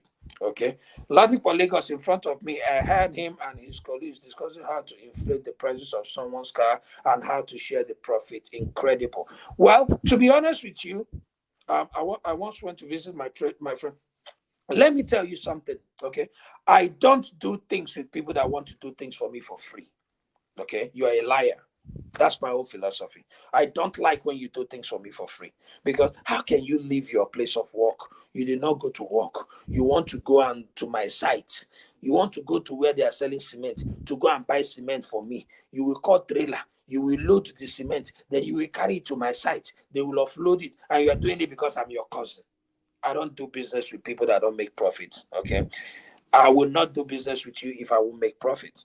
If I'm doing you a favor, I will know that I'm just doing you a favor. But if I'm doing business with you, I want you to make profit. Okay. So I am responding to humility. You said you want to see people discussing how to split profit. and you said it's incredible. There's nothing incredible about it. Okay, it's business. Okay, people need to make profits. If you don't make profits in business, I don't want to do business with you. You're a bad businessman, because the definition of business is exchange money to make profit. That's the easiest way to describe business. Okay, so don't do me a favor and not make profit. Okay, so I know that pulling apart a used car to sell for parts is more lucrative than selling the car itself. Is it true? If yes, can one then switch to selling parts if one wants to be in the auto business? All right. Explicit, your questions are taking me backwards, but I will explain. I have been there, I have done that. Okay. I used to have a partner. I do the buying, he do the selling. But guess what? If you want to go into purchasing of spare parts, there are two most important things you need. The two biggest important things you need is a warehouse and a tow truck of your own. Okay. When you buy a car from the auction, you have 2 days to pick it up, highest 3 days. Now, if I go and buy a Corolla that's somersaulted, I buy it, I pay for it, I have 3 days to pick it up. Okay. Guess what? After 3 days, it starts accumulating $25 storage every day. Okay. I have a cousin that wanted to do this business with me. I told him I cannot. There are some businesses that you cannot do with people. It will bring nothing but fights. Okay. If I buy a Corolla on Monday for $800, Corolla with a smash on the side, and I pay $800 for it, and I tell my business partner, nah, we just want this bid for $800. Okay. Now, I'm searching for tow truck. 8 out of 10 times, tow trucks will not pick a non-running car. They will ask you, does it run? You will say no. They will forget about you, because those truckers need to be able to drive the car on top of the ramp, especially those people that carry 10, 12, 14. If the car does not run, you have limited your option to only tow truck. And if the car is 4 hours away or 5 hours away, some tow trucks will not go there. The ones that will go there might charge you more than what you paid for the car. Okay? So now, if you buy that kind of car, in 4 days you cannot find a tow truck, it will start accumulating storage. $25 every day, $25 every day. Meanwhile, you already told your partner in Nigeria that you bought this Corolla for $800. By the time you pick it up, let's say it accumulated 4 days storage. By the time you pick it up, that's extra $100. Okay. Now, remember, Nigerians only buy or drive 7 cars. I don't care what anybody say. 7 cars. Okay. Corolla, Camry, Highlander, Lexus, RAV4, Sienna, and anything Formatic. 7 cars. These are the biggest 7 cars in Nigeria with everything else. Corolla, Camry, Highlander, RAV4, Lexus. Which other one did I mention? Corolla, Camry, Highlander, RAV4, Sienna, Lexus, and anything Mercedes Formatic. Every other ones no be market.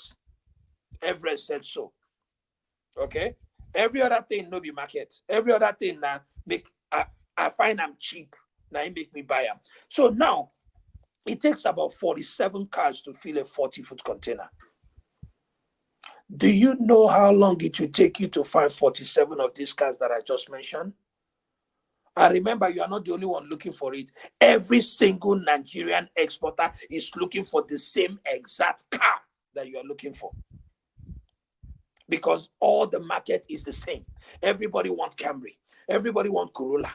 Family people want Sienna. Younger people want Lexus and Mercedes Formatic. So you have Nigerians all over the US, Baltimore, Maryland, Ohio, Texas, Dallas, Houston, Galveston. You have Nigerians scattered all over the globe, Chicago, looking for the same exact 7 cars. So you know what that does? It will take you a whole long time to be able to fill it up. Now, let's just assume that you have a warehouse that you pay $3,000 a month. It might take you up to 3 months to buy enough to fill a container. You already have $9,000 in rent. You already have $9,000 in rent. Okay? So We are now deviating. Maybe, like I said, we can talk about business on another day. Chinedu, I don't know your program today. I don't know what else you want to ask me, but we can specifically go online one day and talk about I think exporting. I will bring you back one of these days, and you are going to talk on So we can talk about exporting. working smart instead of working hard. Okay. So that's what Okay. I would want to bring you back for, because I know where you come in and Okay. people are edified. If Okay. you see what we're doing today, you can see the impact it's creating. It's really Right. creating a serious impact. People are Right. so happy. If you see the comments on Facebook, I if wish you I see the can see your comments, face. I can't see Facebook, but hey, I'm glad I'm again. I am speaking from a lot of experience. Okay, I have lived here almost 24 years. Okay, it's gonna be 24 years in July.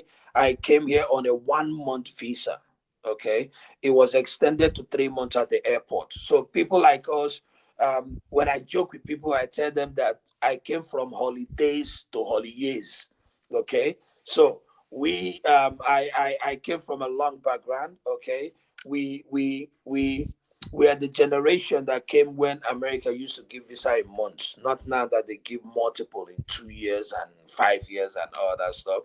Okay, so when I speak, I came here with a 1 month visa extended at the airport. From that, I took a placement test. I switched during my days. You cannot switch a visa, but you can switch a status, which is still the same thing. I went into school, okay, switched it to F1 status, then and so on. The rest is history, the rest is story. But the point I'm trying to make is that there are some mistakes that some of us did because we were not informed. Nobody told us. Okay, nobody shared all these. As a matter of fact, some guys we joke around during that time when we say something, they will tell us, "Nwoke gafifi Biafra." You understand? They will tell you that Yusuf, you will pay your due. Okay, can you share some success stories? So, X, it depends. What is your question? Ask your question, and I can talk about. Um, if you ask me some success stories, I can tell you, like Chinedu was saying earlier. Chinedu gave an example of people that sell ice water. I sold ice water. I did in Lagos. Okay, I'm a Mafoluku boy, born and raised in Mafoluku Oshodi area. Okay, I did. My parents didn't have it. Okay, my parents didn't have it. Okay, so but guess what? When I look at myself and say that, I came here at the age of 21, and by age 29, I already bought this house. By age 29, I already built a house in Lagos. By age 29, I was already working on a house in the village. So when I look at these things, I say to myself, I might not be a millionaire, but I didn't do bad. You understand? I didn't do bad. Okay. And apart from that, it is not just me. When I think about the people that have migrated or gained either green card or citizenship or whatever through me, I have 11 people on the line. Okay, so I cannot just say after I came the door shut or whatever. I was the first in my family to move here. Okay, but by the time you know it, me and my mom actually moved into this house the same day in May of 2009. Me and my mom, we moved in here the same day. I picked her from the airport and we drove here straight. Okay, so I picked her up from the airport and we drove to my house straight. So I have, like I said, I did not just. I was having this conversation with one of my friends today, Jay. I don't know if he's here, and he was asking me, "How do you count $10,000 and do paper for somebody?" But guess what? It was not easy. But now I'm glad I did because sometimes my family will call me for something. I'll be like, "Because I cannot get money," I will hang up. If I hang up, I will not feel guilty because I know that there are one, two, three, four, five other people that they can call. But when it was only me, even if I complain say I no get money, you will still be thinking. You will still be thinking that your sure, sister sure. called you for house rent, or they called you for school fees, or they called you for all this. Okay, so it's not cheap spending 17,000 or 18,000 to sponsor people here. But when I think about it, I say to myself, it's worth it. I did it for my sister. She did for her husband. Okay. Her husband and so on. I did it for my brother. Today he's building a house near my house in Lagos. So when I think about things like this, I said to myself that it is worth it. Okay, it is worth it. Okay, so if you are looking at the money, you won't do it. So X, I'm just referring to some of the success stories that you want to hear. If I'm looking at the money alone, I cannot do it. Or not that I cannot. If I was looking at the money, I will not do it. Because at the end of the day, believe it or not, it's a gamble. That money you're spending, you are not even guaranteed that it will work. Your papa no dey work for embassy, neither does your mother work at the embassy. So every gambling or money you are spending to do all these things, you just do it and keep your fingers crossed and hope that it will work. Because if it doesn't work, that's money gone down the drain. So Wow. This part of what you just said now, I'm so happy because when people talk about success stories, they want to see they want to see skyscrapers, they want to see this kind of Lamborghini and this and that and fleet of cars. there's And nothing wrong people with don't all know that. that those things are not the real investment. You see? I'm with you, Chinedu. Go ahead. I'm here. Okay. Give me 1 second. I need to plug my phone. It's dying Okay. on me. Okay. Go ahead. Go ahead. You are behind. No problem. So, our people, we can, if you are here on Instagram and you are enjoying what we are saying today, please put up a follow. Expensive. I can see you, King Richie 01. All of you who are on Instagram, please. We have started a very big show. What you are seeing today, I'm not on Instagram. What you're seeing today is an independent online TV that is streaming on Instagram, streaming on Facebook, streaming on YouTube, and TikTok live at the same time. So what we're doing here is not just you are not just seeing myself and my guest here the same way you're seeing us here. That's the same way they are seeing us in all platforms. This is not the platform whereby maybe you just see me and Everest on Instagram and you cannot. Those of you who are on Facebook, you can click Chinedu Anichi TV. If you open Chinedu Anichi TV now, you're going to see us live like this. If you go to Chinedu Anichi TV on YouTube, you are going to see us like this. This is a program we have designed to bring sanity to social media, to bring educative and innovative things to social media. So if you're interested, we always send me a DM in Chinedu Anichi. You send me a DM, we are going to tell you how you can come, how we can see you. You cannot just come through any of these platforms. You must have access. We must give you a pin that will give you access to the studio for you to be able to communicate, for you to be able to participate or be featured. So I want to use this opportunity to continue to thank those of you who are watching and patronizing us. So I am bringing him back for just a short break. All right.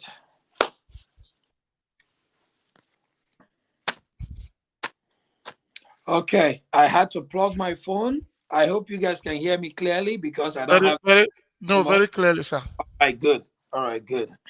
All right. Another question came in. Also, Indians and Asians in diaspora work in tandem with each other as a community. They uplift each other and are always quick to give opportunities to theirs. This is the best kind of investment. Okay. I will not take away that Africans do it too, but bad things spread way more than good stuff. Okay, bad things Sure. spread more than good stuff. So there are people that we just tell you story about how a Nigerian did this to them, a Nigerian did that to them. Okay, they will not tell you the success story. Okay, among the same Asian and Indian community, they have the same problem. Every community have their own problem. Okay, so there are a bunch of people in the African community that help each other too. Okay, but again, some people have been boned.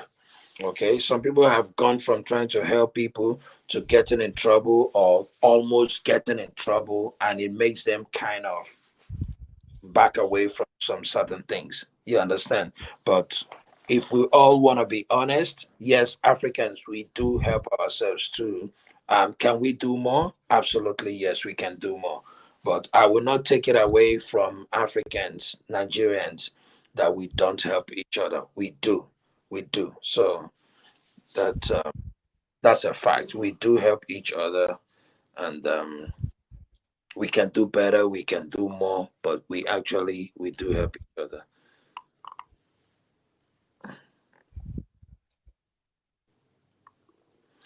All right. He said, Chinedu, please, sir, can you read out questions from other platform?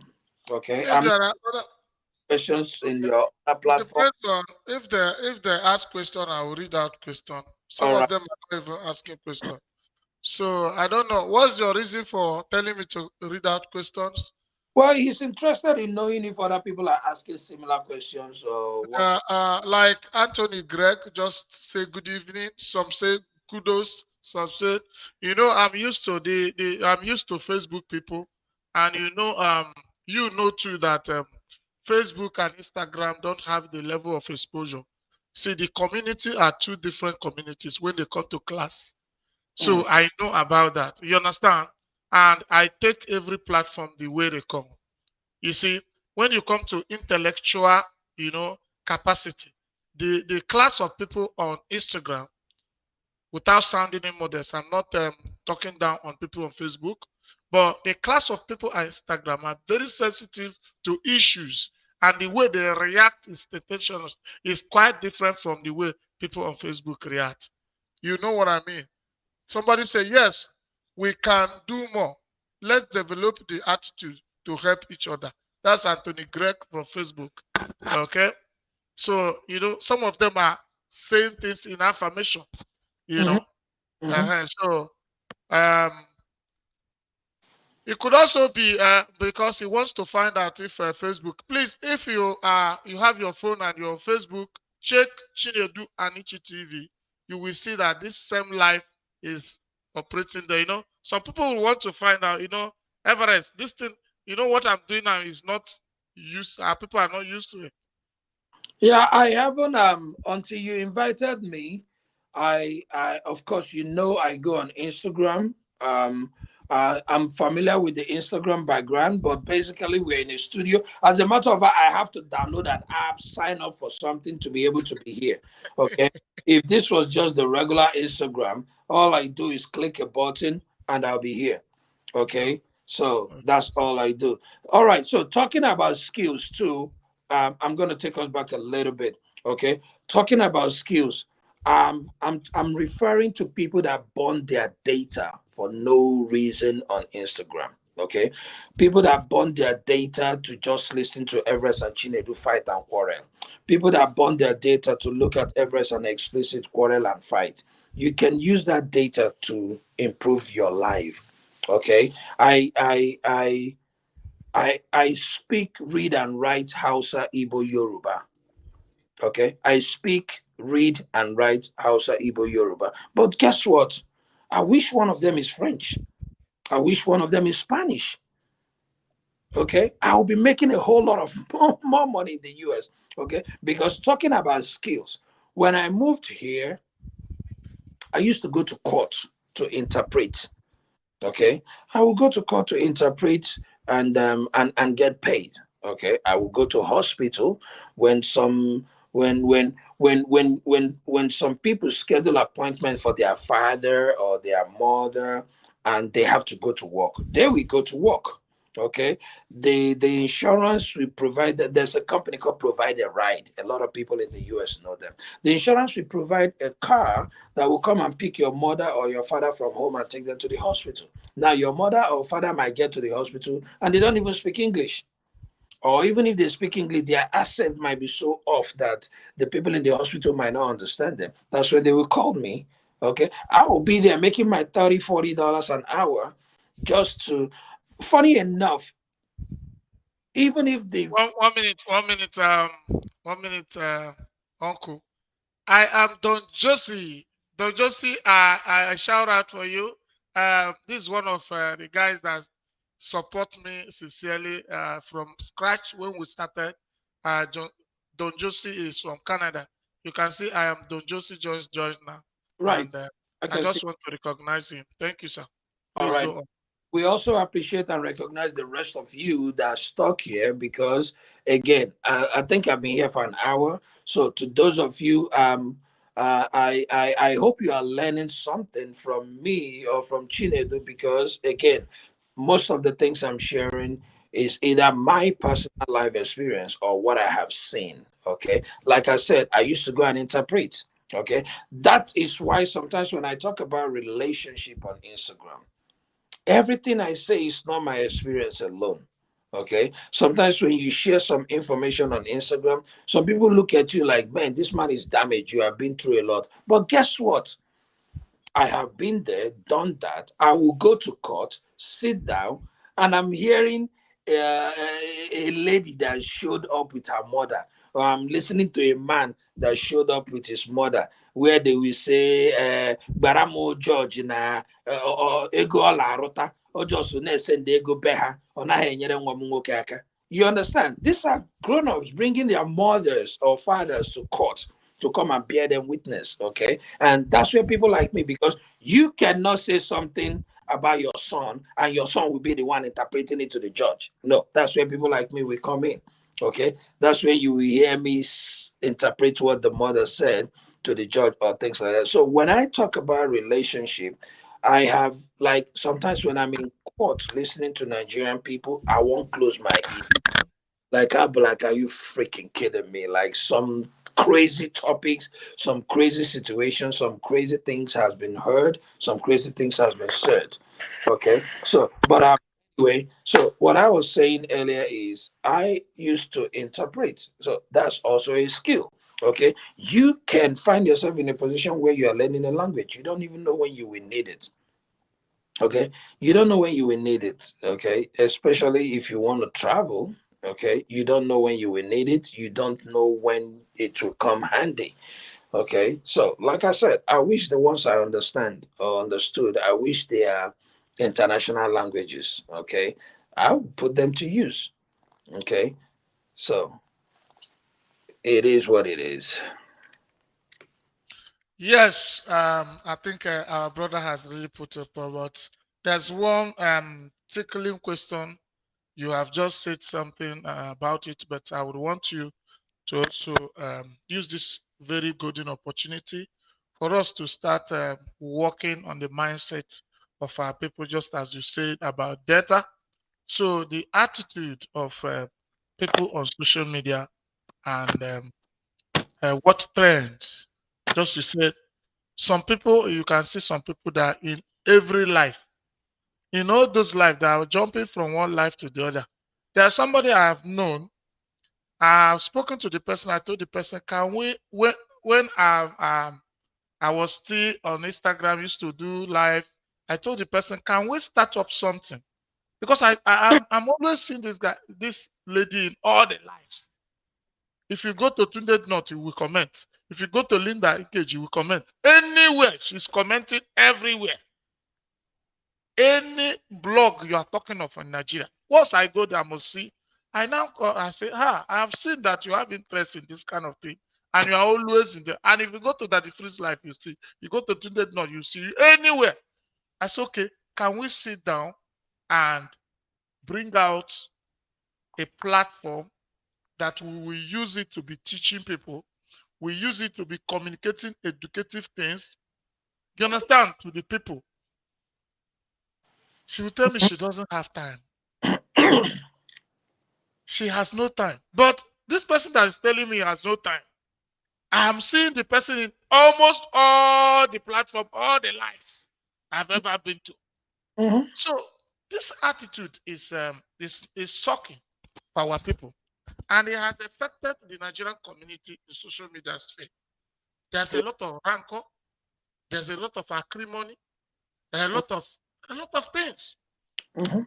You see, so I want us to advise ourselves. If ever, if ever you're laughing, if ever your girlfriend is laughing. So, so what advice can you give with experience, especially this thing is more, you see, is clearly spelled out among us as people who stay abroad, those who stay in the US, those who stay in UK, those who stay in Australia and other states. Those of us. Some families have been affected because of the things we say on social media. Chinedu, everybody has a limit. Okay. Whether you are crying, whether you are smiling, whether you are pooping, whether you are sleeping, regardless of what you're doing, everybody has a limit. Okay. There's no advice here that I have for anybody. People will stop when they hit their limit. Okay. I cannot go and tell somebody that is quarreling. Me, I don't quarrel for Instagram before. But Baba, no be person tell me when I reach my limit, disgrace my own self, disgrace that person. When I reach my limit, let me use my hand stop. Okay. Before I reach my limit, there were people that were telling me you don't do, you don't do, you don't do. But I don't agree. Okay. So everybody has a limit, regardless of what you're doing. Okay. Whether you are eating, sleeping, fighting, laughing, pooping, crying, when you hit your limit, okay, so there is nothing we can tell anybody that has not reached their limit that they will listen to. Okay, so there are people that actually derive joy from watching people fight. Okay, so everybody have their limit. Okay, so I don't have I I I I showed up here to talk about things you can do to make your life easier in diaspora. Okay. Things that I did, mistakes that I did, things that I could have or should have done differently. That's all I came here to talk about. Okay. But as for people who they use social media the wrong way, you can't stop them. Okay. Everybody, there are people that come on social media every day to look for a business or to look for. There are people that come here every day because they make money every day. Sure. There are people that come here every day because they make money every day. So it depends on you. You just have to filter this street of Instagram, Facebook, whatever the name of the one you're using. You just have to know why am I here? Am I here burning my data? Um, Watching people quarreling while their account number is pinned and they're getting paid to fight, to quarrel. Okay. While when your credit finish, you reload another one. It's up to you. I'm not gonna tell you. I won't tell you what to do. Everybody that is on this app, it's a grown adult. So I'm not gonna tell them what to do. Okay. But like I said, you can't tell people to stop anything until they reach their limit. When they reach their limit, they will be the one that will say to themselves, I have done this thing for this so number of months or years. What is the benefit? Okay. So we've been there, we've done that. We have dragged people have dragged us. Okay. And I got to a point where I say, you know what, is this thing worth it? Okay. There used to be a time when any of my clients that book me after 7 p.m., I just give somebody else. There was a time. There was a time I do this thing every night, keeping it real with Everest. Okay, I do it every night. There was a time I run Instagram show every night. Any clients that want to book me after 6 p.m. and I'm not interested, I will give it to other people because I want to come. But guess what? I got to my limit. Okay. People that will like the things you say and like you will like you. People that will hate the things you say and hate you will hate you. There are different audiences. There are people that came to learn. There are people that just came because they are working and they need somebody to be talking in their ear so that they can complete their 12-hour shift. Okay. And there are people that came here to instigate. There are people that came to like maximize the tiniest thing in the world. They will be like, this your camera, is it iPhone 3 or iPhone 7? Just to, you know, whatever joy that gives them, I don't know. So, but the bottom line remains that everybody will do themselves. Okay, so everybody will be fine. Wow. Ev- Thank you. I You think you have done noble for keeping you for 2 hours and 4 minutes here. we've been here for So 2 hours. 2 hours and 4 minutes. Oh wow!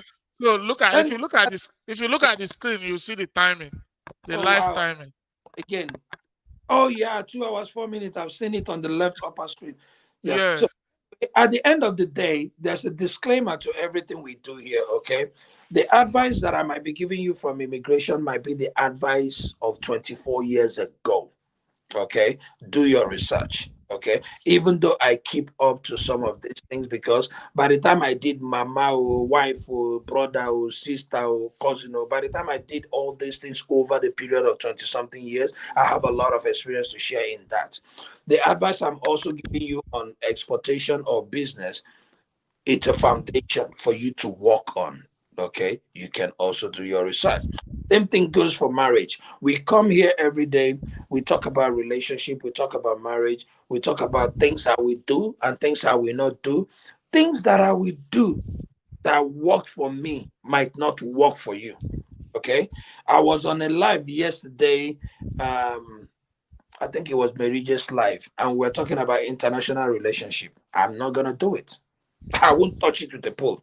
I will not do it. Now, does that mean there are people that cannot do it? There are people that will do it and it works for them. Okay. So there are things you need to know. If you want to get into international, let's say you want to be in a relationship, this person is in London, this person is in Nigeria, this person is in America, this person is in Nigeria. You have to ask yourself, can I sustain this relationship? It takes work. Can I sustain it? Am I able to travel once or twice or three times a year? Okay. You cannot just be in your mind planning to do one international relationship thing and you've not been home in 4 years. You are delusional. Okay. You are not even you are not okay. The bottom line of what I'm saying is that you are not dealing with the real deal. It's just like when they send you a picture of a car. Until that car gets to Nigeria, before you will now realize that maybe they take the picture for sun, they shine. Now, when you reach Nigeria, you go say the paint don't fade small. Okay, you cannot just be far away. You cannot be too far away because a good woman and a good guy can meet in a situation where they're too far away. But when they now live under one roof, they might not click. They might not click. They might not agree on the same thing. Okay, so I have met good. My ex is a good woman. Okay, but me and her, we don't click on some things. Okay, some of you will be here fighting that your husband doesn't want to help in the kitchen. My own will turn me around and push me and say, leave my kitchen. You understand? So the things that will work, and somebody else somewhere might be saying, like, why can't I do this? Why can't I do that? You understand? My ex is the type, if you buy her a car and you don't put flour on top, she will reject it. Somebody else will be happy that you bought them a car. Okay, so that does not make her a bad person. That's just what her heart wants. That's what she wants. You understand? So the point I'm trying to make is that if both of us or if both of you were in the same location, there are things you don't have to wait till after 1 year, 2 years, 3 years, an immigration paper to find out. By that time, you will now label it that I don't carry you come America, you can't leave. Because both of you never shared a space. You never shared a space before. You don't even know each other's lifestyle. This man can be a very boring man because he arrived in Nigeria. He doesn't have a job in Nigeria. He doesn't have a shop in Nigeria. He arrived in Nigeria, spent 1 week at the hotel in Lekki. From Lekki, he flew to Owerri, spent another 1 week. Okay, spend another 1 week in Owerri. From Owerri, on a flight to Abuja, spend another 1 week in Abuja. Madam, when you come to America, you might realize that from January to December, this man no dey enter plane. That's not his regular lifestyle. But the mentality that you have, the mentality that he portrayed when he came home, that does not mean he's a bad guy. But because he came home to see you and to have fun and to enjoy. So if you are the person or the type that now photocopied the mentality of when he came back, we spent 4 days at Lekki. From Lekki, we flew to Owerri. We spent another 1 week in a hotel in Owerri. From Owerri, we stopped at his village. Even when you are in his village, maybe for night, I go still go hotel. From in village, when I fly go Abuja, spend 4 days, 5 days. Before you know, boom, he's back to his base. And maybe when he was coming back, maybe he buy one accident Mercedes, Piakwasiaya na Lagos, or Pocha. Then when you now arrive here, you now see so they drive Corolla. Or when you now arrive here, you now notice that from January to December, my man no dey go hotel for even one day. You will now start feeling like what I see versus what I get. No, the situation or the location presented itself for him to present Yeah, you. and the He circumstances too. he might not be a trickster, but the location and the situation present. When I go home, I have my own house. You know, sometimes if you come to my house in Lagos, you will see my car, but I'm in the hotel. Sometimes if you come to my house in Lagos, you will not see my car, but I'm at home. It is what it is. I bounce up and down, I bounce around. You understand? So it is what it is. But anyway, so all I'm saying is that there's a disclaimer to everything we are doing. There's a disclaimer to everything we are saying. What works for me might not work for you. Do your homework. Okay. I am not going to tell you that if you do this, that you are 100%. Again, do you do your homework, man. Yes, my brother. I'm Don't so wait happy. Don't wait till bad things happen to you, because some people that have been married before and find themselves in a position where they are no longer, that's not our plan. That's not what they planned.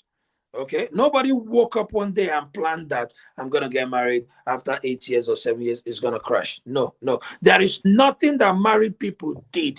There is nothing that have broken or separated married people that have not separated you and your boyfriend and girlfriend. It's the same thing. The difference is that we call people, give them rice, they chop rice. Okay.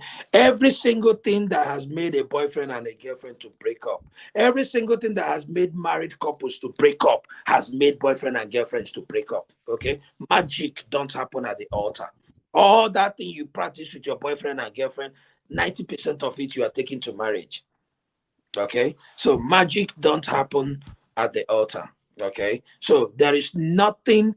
Whatever is causing fight between you and your partner, boyfriend, girlfriend today, you need to work on it. Because if you don't work on it, that same thing will be causing problem and fight in marriage. It will be the same. In fact, it might even be worse when you are married. So you just have to work on it. Okay. So magic don't happen when people just because you said I do one Saturday morning, then everything will now fall in place. No, no. Every single problem boyfriend, girlfriends have, husband and wife have the same problem. Okay. And guess what? The more you quit, the more you become perfect in quitting. Okay. So if you wake up and you think if Emeka piss me off, I switch from Emeka to Chukwudi. Chukwudi piss me off, I switch from Chukwudi to Chinedu. Chinedu piss me off, I switch from Chinedu to Everest. The more you quit, the more you become perfect quitting. So don't even think you can be quitting from men every day, or quitting from women, quitting from women every day. Then all of a sudden, boom, one day you want all that quality that you did not find in the 12 people you have dated. You think you can find all that quality now in one person. You are delusional. You'll be fine. So the more it's harder, the more you even perfect your skill of quitting. You know, sometimes after you quit, you ask yourself, is this thing even worth it? Did I just quit or break up this relationship because of this stupid reason? Yes. There are some marriages that broke up because of stupid reasons too. Okay. So you better wake up. The fact that, see, even the vow already told you all you need to know, in sickness, in health, in good, in bad, in rich, in poor, for better, for worse. What else are you?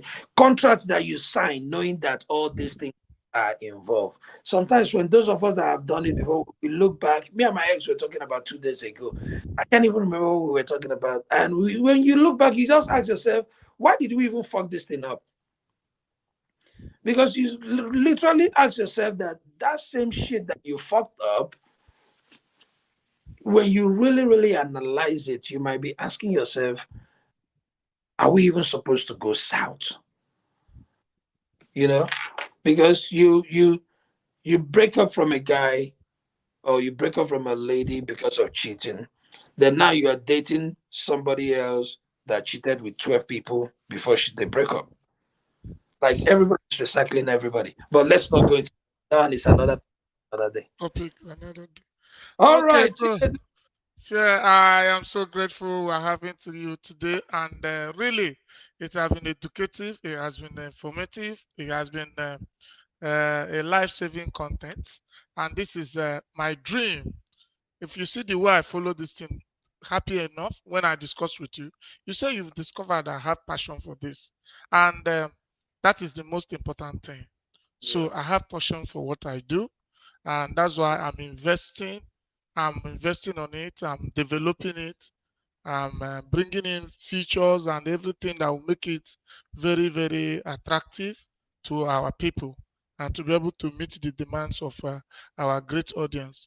I started this thing 5 months ago, and on Instagram, we have about close to 17,000 people, 5 months ago. On Facebook, we have 20 something thousand people. On YouTube, we have 1,007. On TikTok, just like that. So people are coming in every day to watch what we are saying. Yeah. And Uh, so today, I like the what? fact I like the fact that you have expanded this, because me initially from the beginning I thought this was all about Enugu and Osaka people. Okay, so I like the fact that you have expanded this to the point where you can bring people like me to talk about experience. We can again we can make this as big as we want it to be. Okay, there will be days you will invite an immigration lawyer to come talk about immigration. Sure, Okay, sure, like I sure. said, like I said, I'm taking classes. I'm going to be an insurance agent. There will be days you will bring an insurance agent to come and talk about things like that, because one thing I noticed about Nigerians, including me, we know they plan about end of life. We don't plan about end of life. Okay, then when the person drop, everybody will start running around. While when you look at the Igbo people, somebody will die and the children will get $2 million.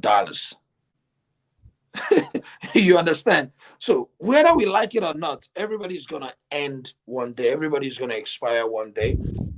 So but the question is, when you are gone, what are you leaving for your kids? Just like we mentioned about owning a business to your name. I don't care what you do in America. I don't care what you do in diaspora or wherever you are, but you have to own a business in your name. You have to own something in your name, regardless of how small it is.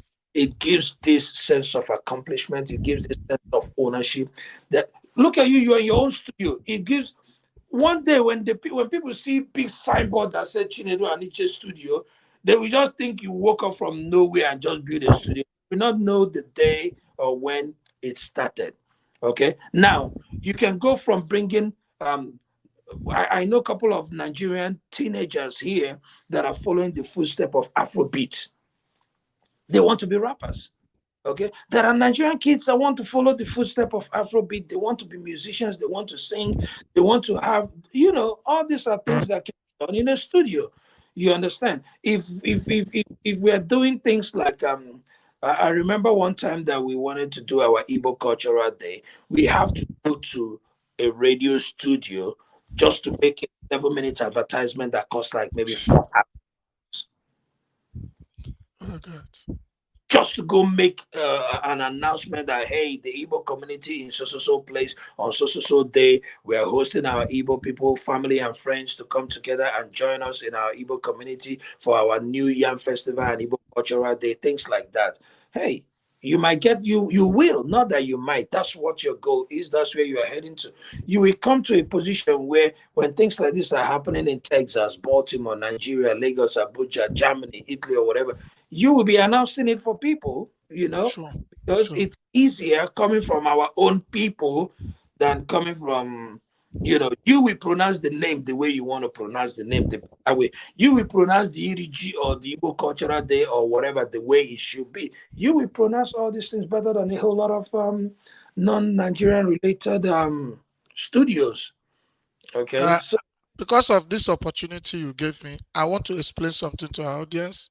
And it is, you know, that when you don't know of something, The issue is that you are somebody I respect so much, and I needed to study you before I start telling you about myself. This is me. This is me. If you If look at me, you you have been, study you me, know, you don't graduate. uh, If you study me, you don't go graduate. Chinedu. no, no, there's nobody that can study anybody 100%. Absolutely. You get the perception from what you want, what you created to yourself. Soren Kierkegaard is one of my guides in investigation. You know the kind of job I did before here. It's not everything I talk about. So I All find right. out to, I find out to get, I try to find out some qualities in people to be able to align with them, especially at the point of foundation. If you are not very careful, there are people you will recruit to yourself as friends at the point of foundation, they will destroy the foundation. Absolutely. So Very. sometimes at the point of formation, I didn't want to bring in people like that. Mm. This thing I'm doing now, I started it 6 months ago. I started it with a phone like this. I started it with just a phone like this. Today, I'm not using phone. Today, this is a full-blown studio installed by Indian people. So what I want to say is this. I started with Nsuka, Otobon Nsuka. Everything in this life has where to start. I Of started with the community from where I came from. So when I started with only Facebook. I'll be doing Otobon Nsuka in Facebook, and I'll be inviting Nsuka people. And we only do it on Saturdays, every Saturday by 8 p.m. So Nsukka people advertised it in calling one Nsukka. All our actors, all our big people started coming to the show. And they are so happy that there is an initiative that somebody thought of how Nsukka people can be identified or can be brought to global recognition. So our people in Thailand, our people in different parts of the world, they were so happy that they have a Facebook page where they can gather. So, but as we started growing, I started looking just like you're advising us. I started looking into this thing. Will it just be something Ghana Suka people and be talking? What will I create out of it? That exactly. it becomes a skill. Becomes something I own that I can transfer to my kids tomorrow. Then I went further and started thinking of how to invest on it and how to build it to become something. I looked at what Daddy Freeze is doing. I looked at what Tunde Dinot is doing. I looked at what all those people are doing, and people are rallying around them. I decided to do it, but improve on what they are doing. That is why I established this thing. I want this thing not just to be an Igbo. If you look at down here, you will see African Voice in Diaspora. Right. My brother, the day before yesterday, I hosted the founder and the chairman of International African Authors in the whole world. The other day, I hosted Peace Masters, even though it's from Osaka. The other day, I hosted the best Nigerian cardiologists in this US from Hopkins Universities. So I've hosted over 14 professors, even from northern Nigeria. The other Right. day, the DVC, the Deputy Vice Chancellor of Nasarawa University, Professor Rakan, was in my show. So, but because it was happening on a very little, just on Facebook alone, I have a lot of fans on Instagram. They don't know about it. Why? I don't have a future, and I don't want to do the kind of things they're doing in Nigeria to come and use the ring light and place 4 phones in front of me. Right. So I decided to think. I went to a training of 1 month, and I discovered that after COVID, you know, station studios can be established on a software built in your house where you don't need to go and invite people to sit down the way you come to do. You can invite people through a link and they come to the studio, and then you can stream on platforms. This is exactly what we're operating on. So this is an online TV, but streaming on all those platforms. Nice. So it goes beyond, like, by next week, I'll be hosting the person in charge of the black communities in the whole of Missouri. They call them something helpers. they are coming for the show, you'll be seeing a lot of things. So I'm just pleading because I know the kind of influence you have on social media, especially on Instagram, for our people to know that we have something like this now. They can, There are they big can, people they on can Instagram, rely. not even anywhere close to them. No, don't worry about those people. It's what you want that you choose. No problem. You understand? I don't inherit people saying names because some people don't like Everest. Will not make me not to like Everest. So Oh, that's the way I it, behave. again. Well, one thing we need to realize is that social media is a community. Okay, it is the same as your neighborhood. It's your community. Okay, to some people I'm a very good person, to some people I'm a mean person. Okay, to some people I'm a quiet person, to some people I'm the loudest person in the house. Okay, to some people I'm a good person, to some people I'm a bad person. And if I'm not all of this, then I'm not a human. Okay, At all. so you have to be all of this to be a human. Okay, you cannot be bad to everybody. If you're bad to everybody, you have a big problem. And if you are good to everybody, you also have a problem. Okay, so to some people, America is heaven. To some people, America is hell. Okay, there are people that will tell you, I would love to raise my family in America. And there are people that will tell you, I would never raise a family in America. You understand? So it depends. It depends on who is looking. It depends on, but all I'm saying is that if you don't want to take me, take something from me. How about that? Okay, that's what a human being. There are people on this Instagram that I don't like. Okay, but maybe I learned one or two things from them. I'm not gonna say because I don't like them and throw away the knowledge that I will acquire from them. You understand what I'm saying? Okay, it's just the same thing like watching a TV. Okay, when you watch CNN, BBC, and all that stuff, some days they will give the news the ones that you like. Some days they will talk about the ones that you don't like. Okay, so it's Instagram, social media, Facebook, and all this. It's a street. Pick your own crowd. Okay, don't go and insult your destiny helper because you're trying to catch cruise. Pick your own crowd. Okay, there are people here that can change your lives. There are people here that can better your life. There are people here that you don't even know where you will need them or end up with them tomorrow. Okay, and if somebody is giving you hell or if somebody is causing you a headache, block the person, unfollow the person. Okay, it makes no sense calling somebody's name every day. Everest, Everest, John, John, this person, this person. Anywhere they show up, you will show up. It makes zero sense. Okay, you cannot. There's a reason why the owner and creator of this app they have unfollow, they have restriction, they have block. There are people that will never align with you no matter what you do in life.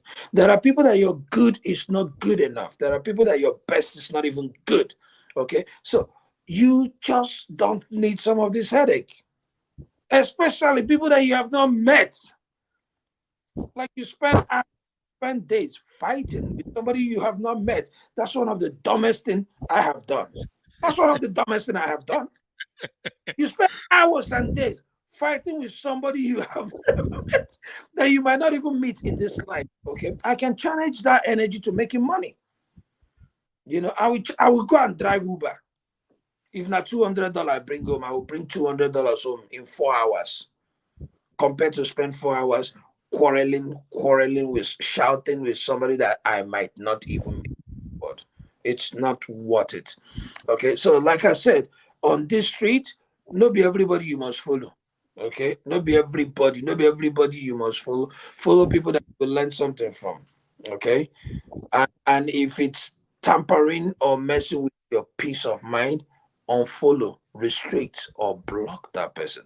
If you block that person, I promise you will never hear from them again. You will never hear their voice again. If they post picture, you won't know. If they post video, you won't know. If they go on live, you won't know. Unless you are a fool that will block them with your real handle, then go carry your fake handle, they follow them again. Like that was another level of madness. But anyway, Chinedu, I guess Yeah, we are thank you, my people. I greet you. Thank you, my people. Remember, this is Chinedu Anichi TV, and I'm streaming live from the United States of America. Remember that you can watch us live every 8 p.m. Nigerian time, 2 p.m. Central American time, and 3 p.m. Eastern American time. So, and we also, if you have something very serious you want to see, you heard what our brother said, maybe you are a specialist. There was a time I spoke to Anthony.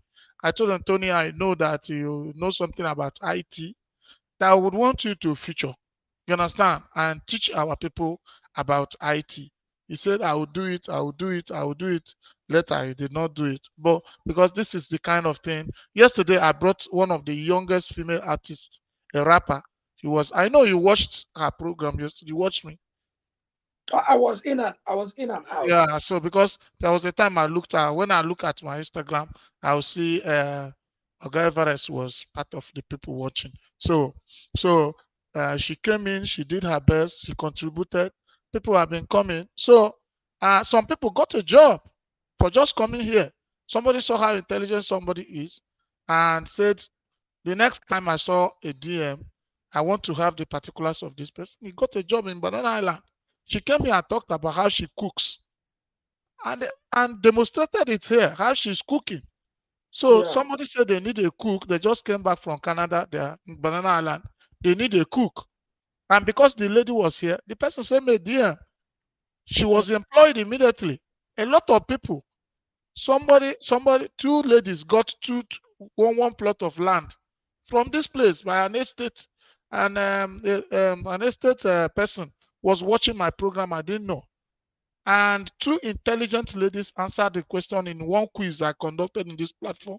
And they were given one plot of land worth of 7.77 point something million for an estate in Abuja. I have my evidence. So we have done a lot of things through this platform, but I'm not coming to shout. Now that it has reached Instagram, I know a lot of people will know about it because we have been operating just within Facebook because we have been waiting for this streamline, this software to be built. Mhm.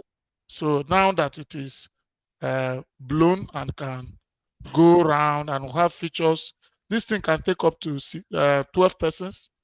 We can be like 12. So we can take up to 12 persons. You can be here. You don't need to have Facebook to be here. You don't need to have Instagram to be here. You don't need to have YouTube to be here. You don't need to have TikTok. But you will be seen if you tell your friends this is where to go. They'll go and watch you. That's the Exactly. so because the link I sent to you had nothing to do with Instagram. I can Mhm. send it to you on your mail. I can send it to you um on your WhatsApp. So my people, Frank Fabian, Barrister Frank Fabian is here. Okay, Barrister Frank Fabian will be coming here on Thursday too, on this show already. We have booked her for this show. So if you're interested in this show and you want to be featured, let us know what you're doing. Send me a DM or send me a mail, Chinedu Anichi TV at gmail.com, or on my WhatsApp +1 701 989 1910. You send me, we'll look at the kind of thing you want to say, and we'll bring you in, and the whole world will hear you. So this place we are giving people voice. People have been talking about us. Let us talk our own talk. People cannot talk your talk better than you do. Your story will be best told by you. And that is the passion, that is the concept, that is the mission statement of this platform. That's why I said I am the African voice in diaspora.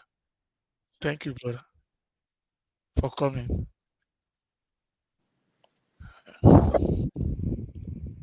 Thank you, Chinedu. Thank you. Thank you for having me here. So I guess we are done for today.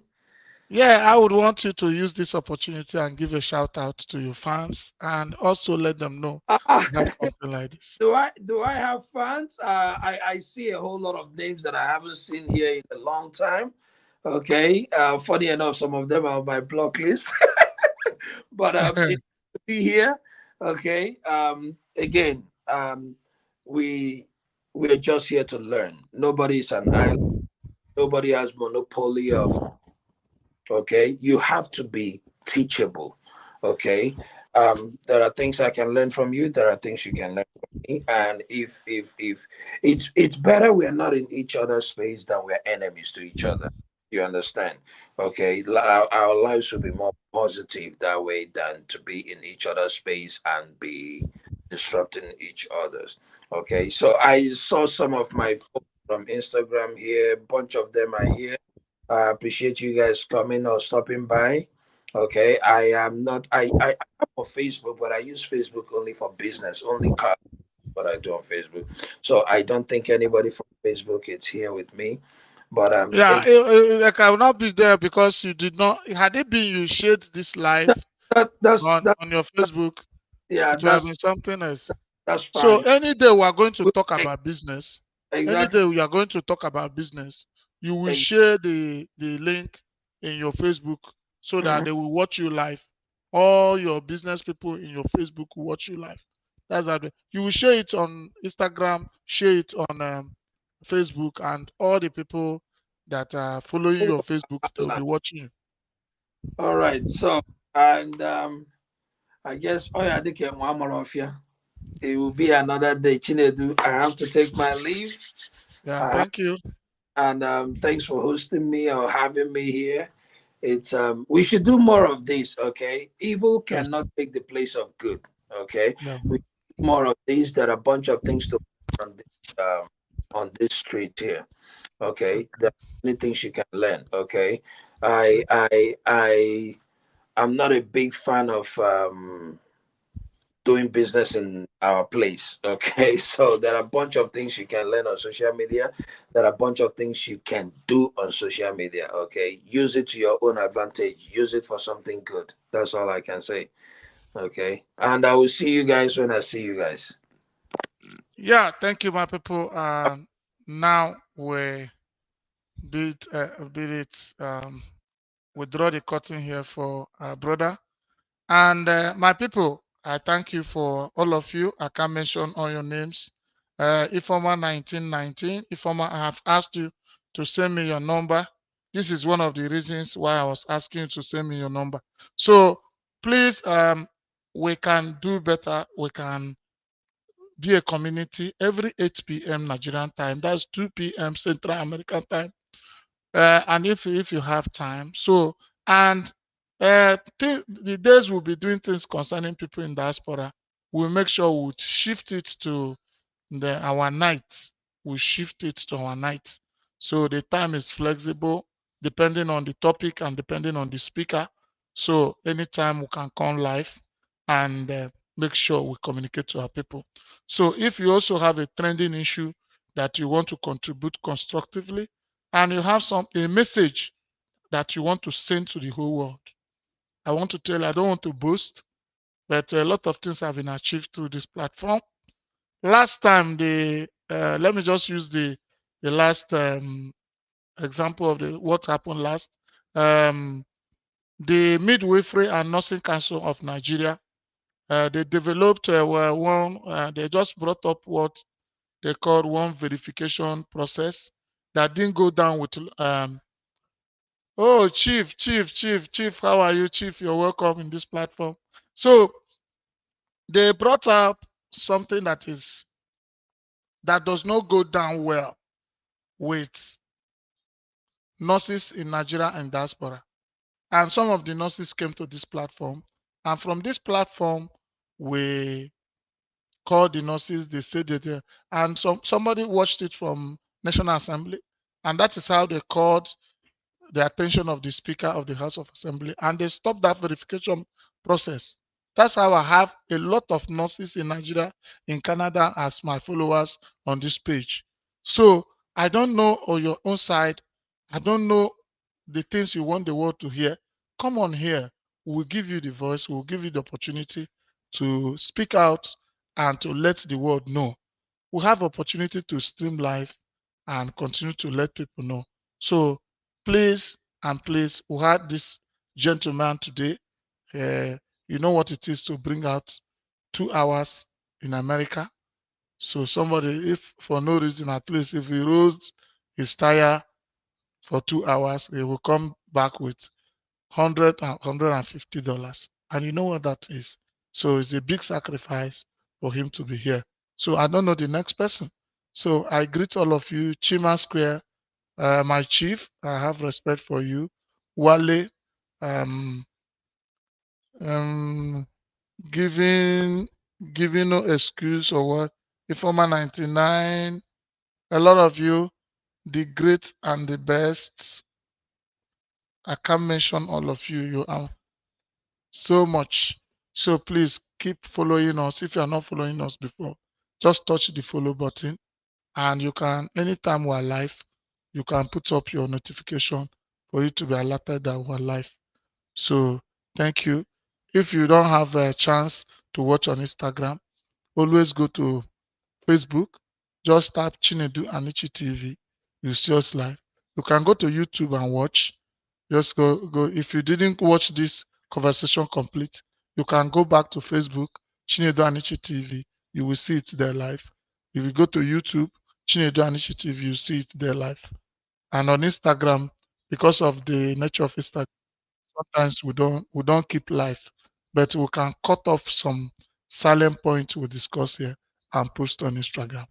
So yeah, I'm waiting for any of you that tomorrow we'll have a guest. I'm going to publish. Always check up on my page. I will always publish what we have that day and the guest. I will always tell you ahead of time who is coming to speak and who we have for the day. So you prepare yourself. And if you have anything you want us to discuss or a suggestion for me, please always send me a DM. You will see that I'll attend to it. Or you have something you want us to help you talk about, or you yourself want to come and talk about it, send me a DM. We are there. We are ready to help and give you a voice.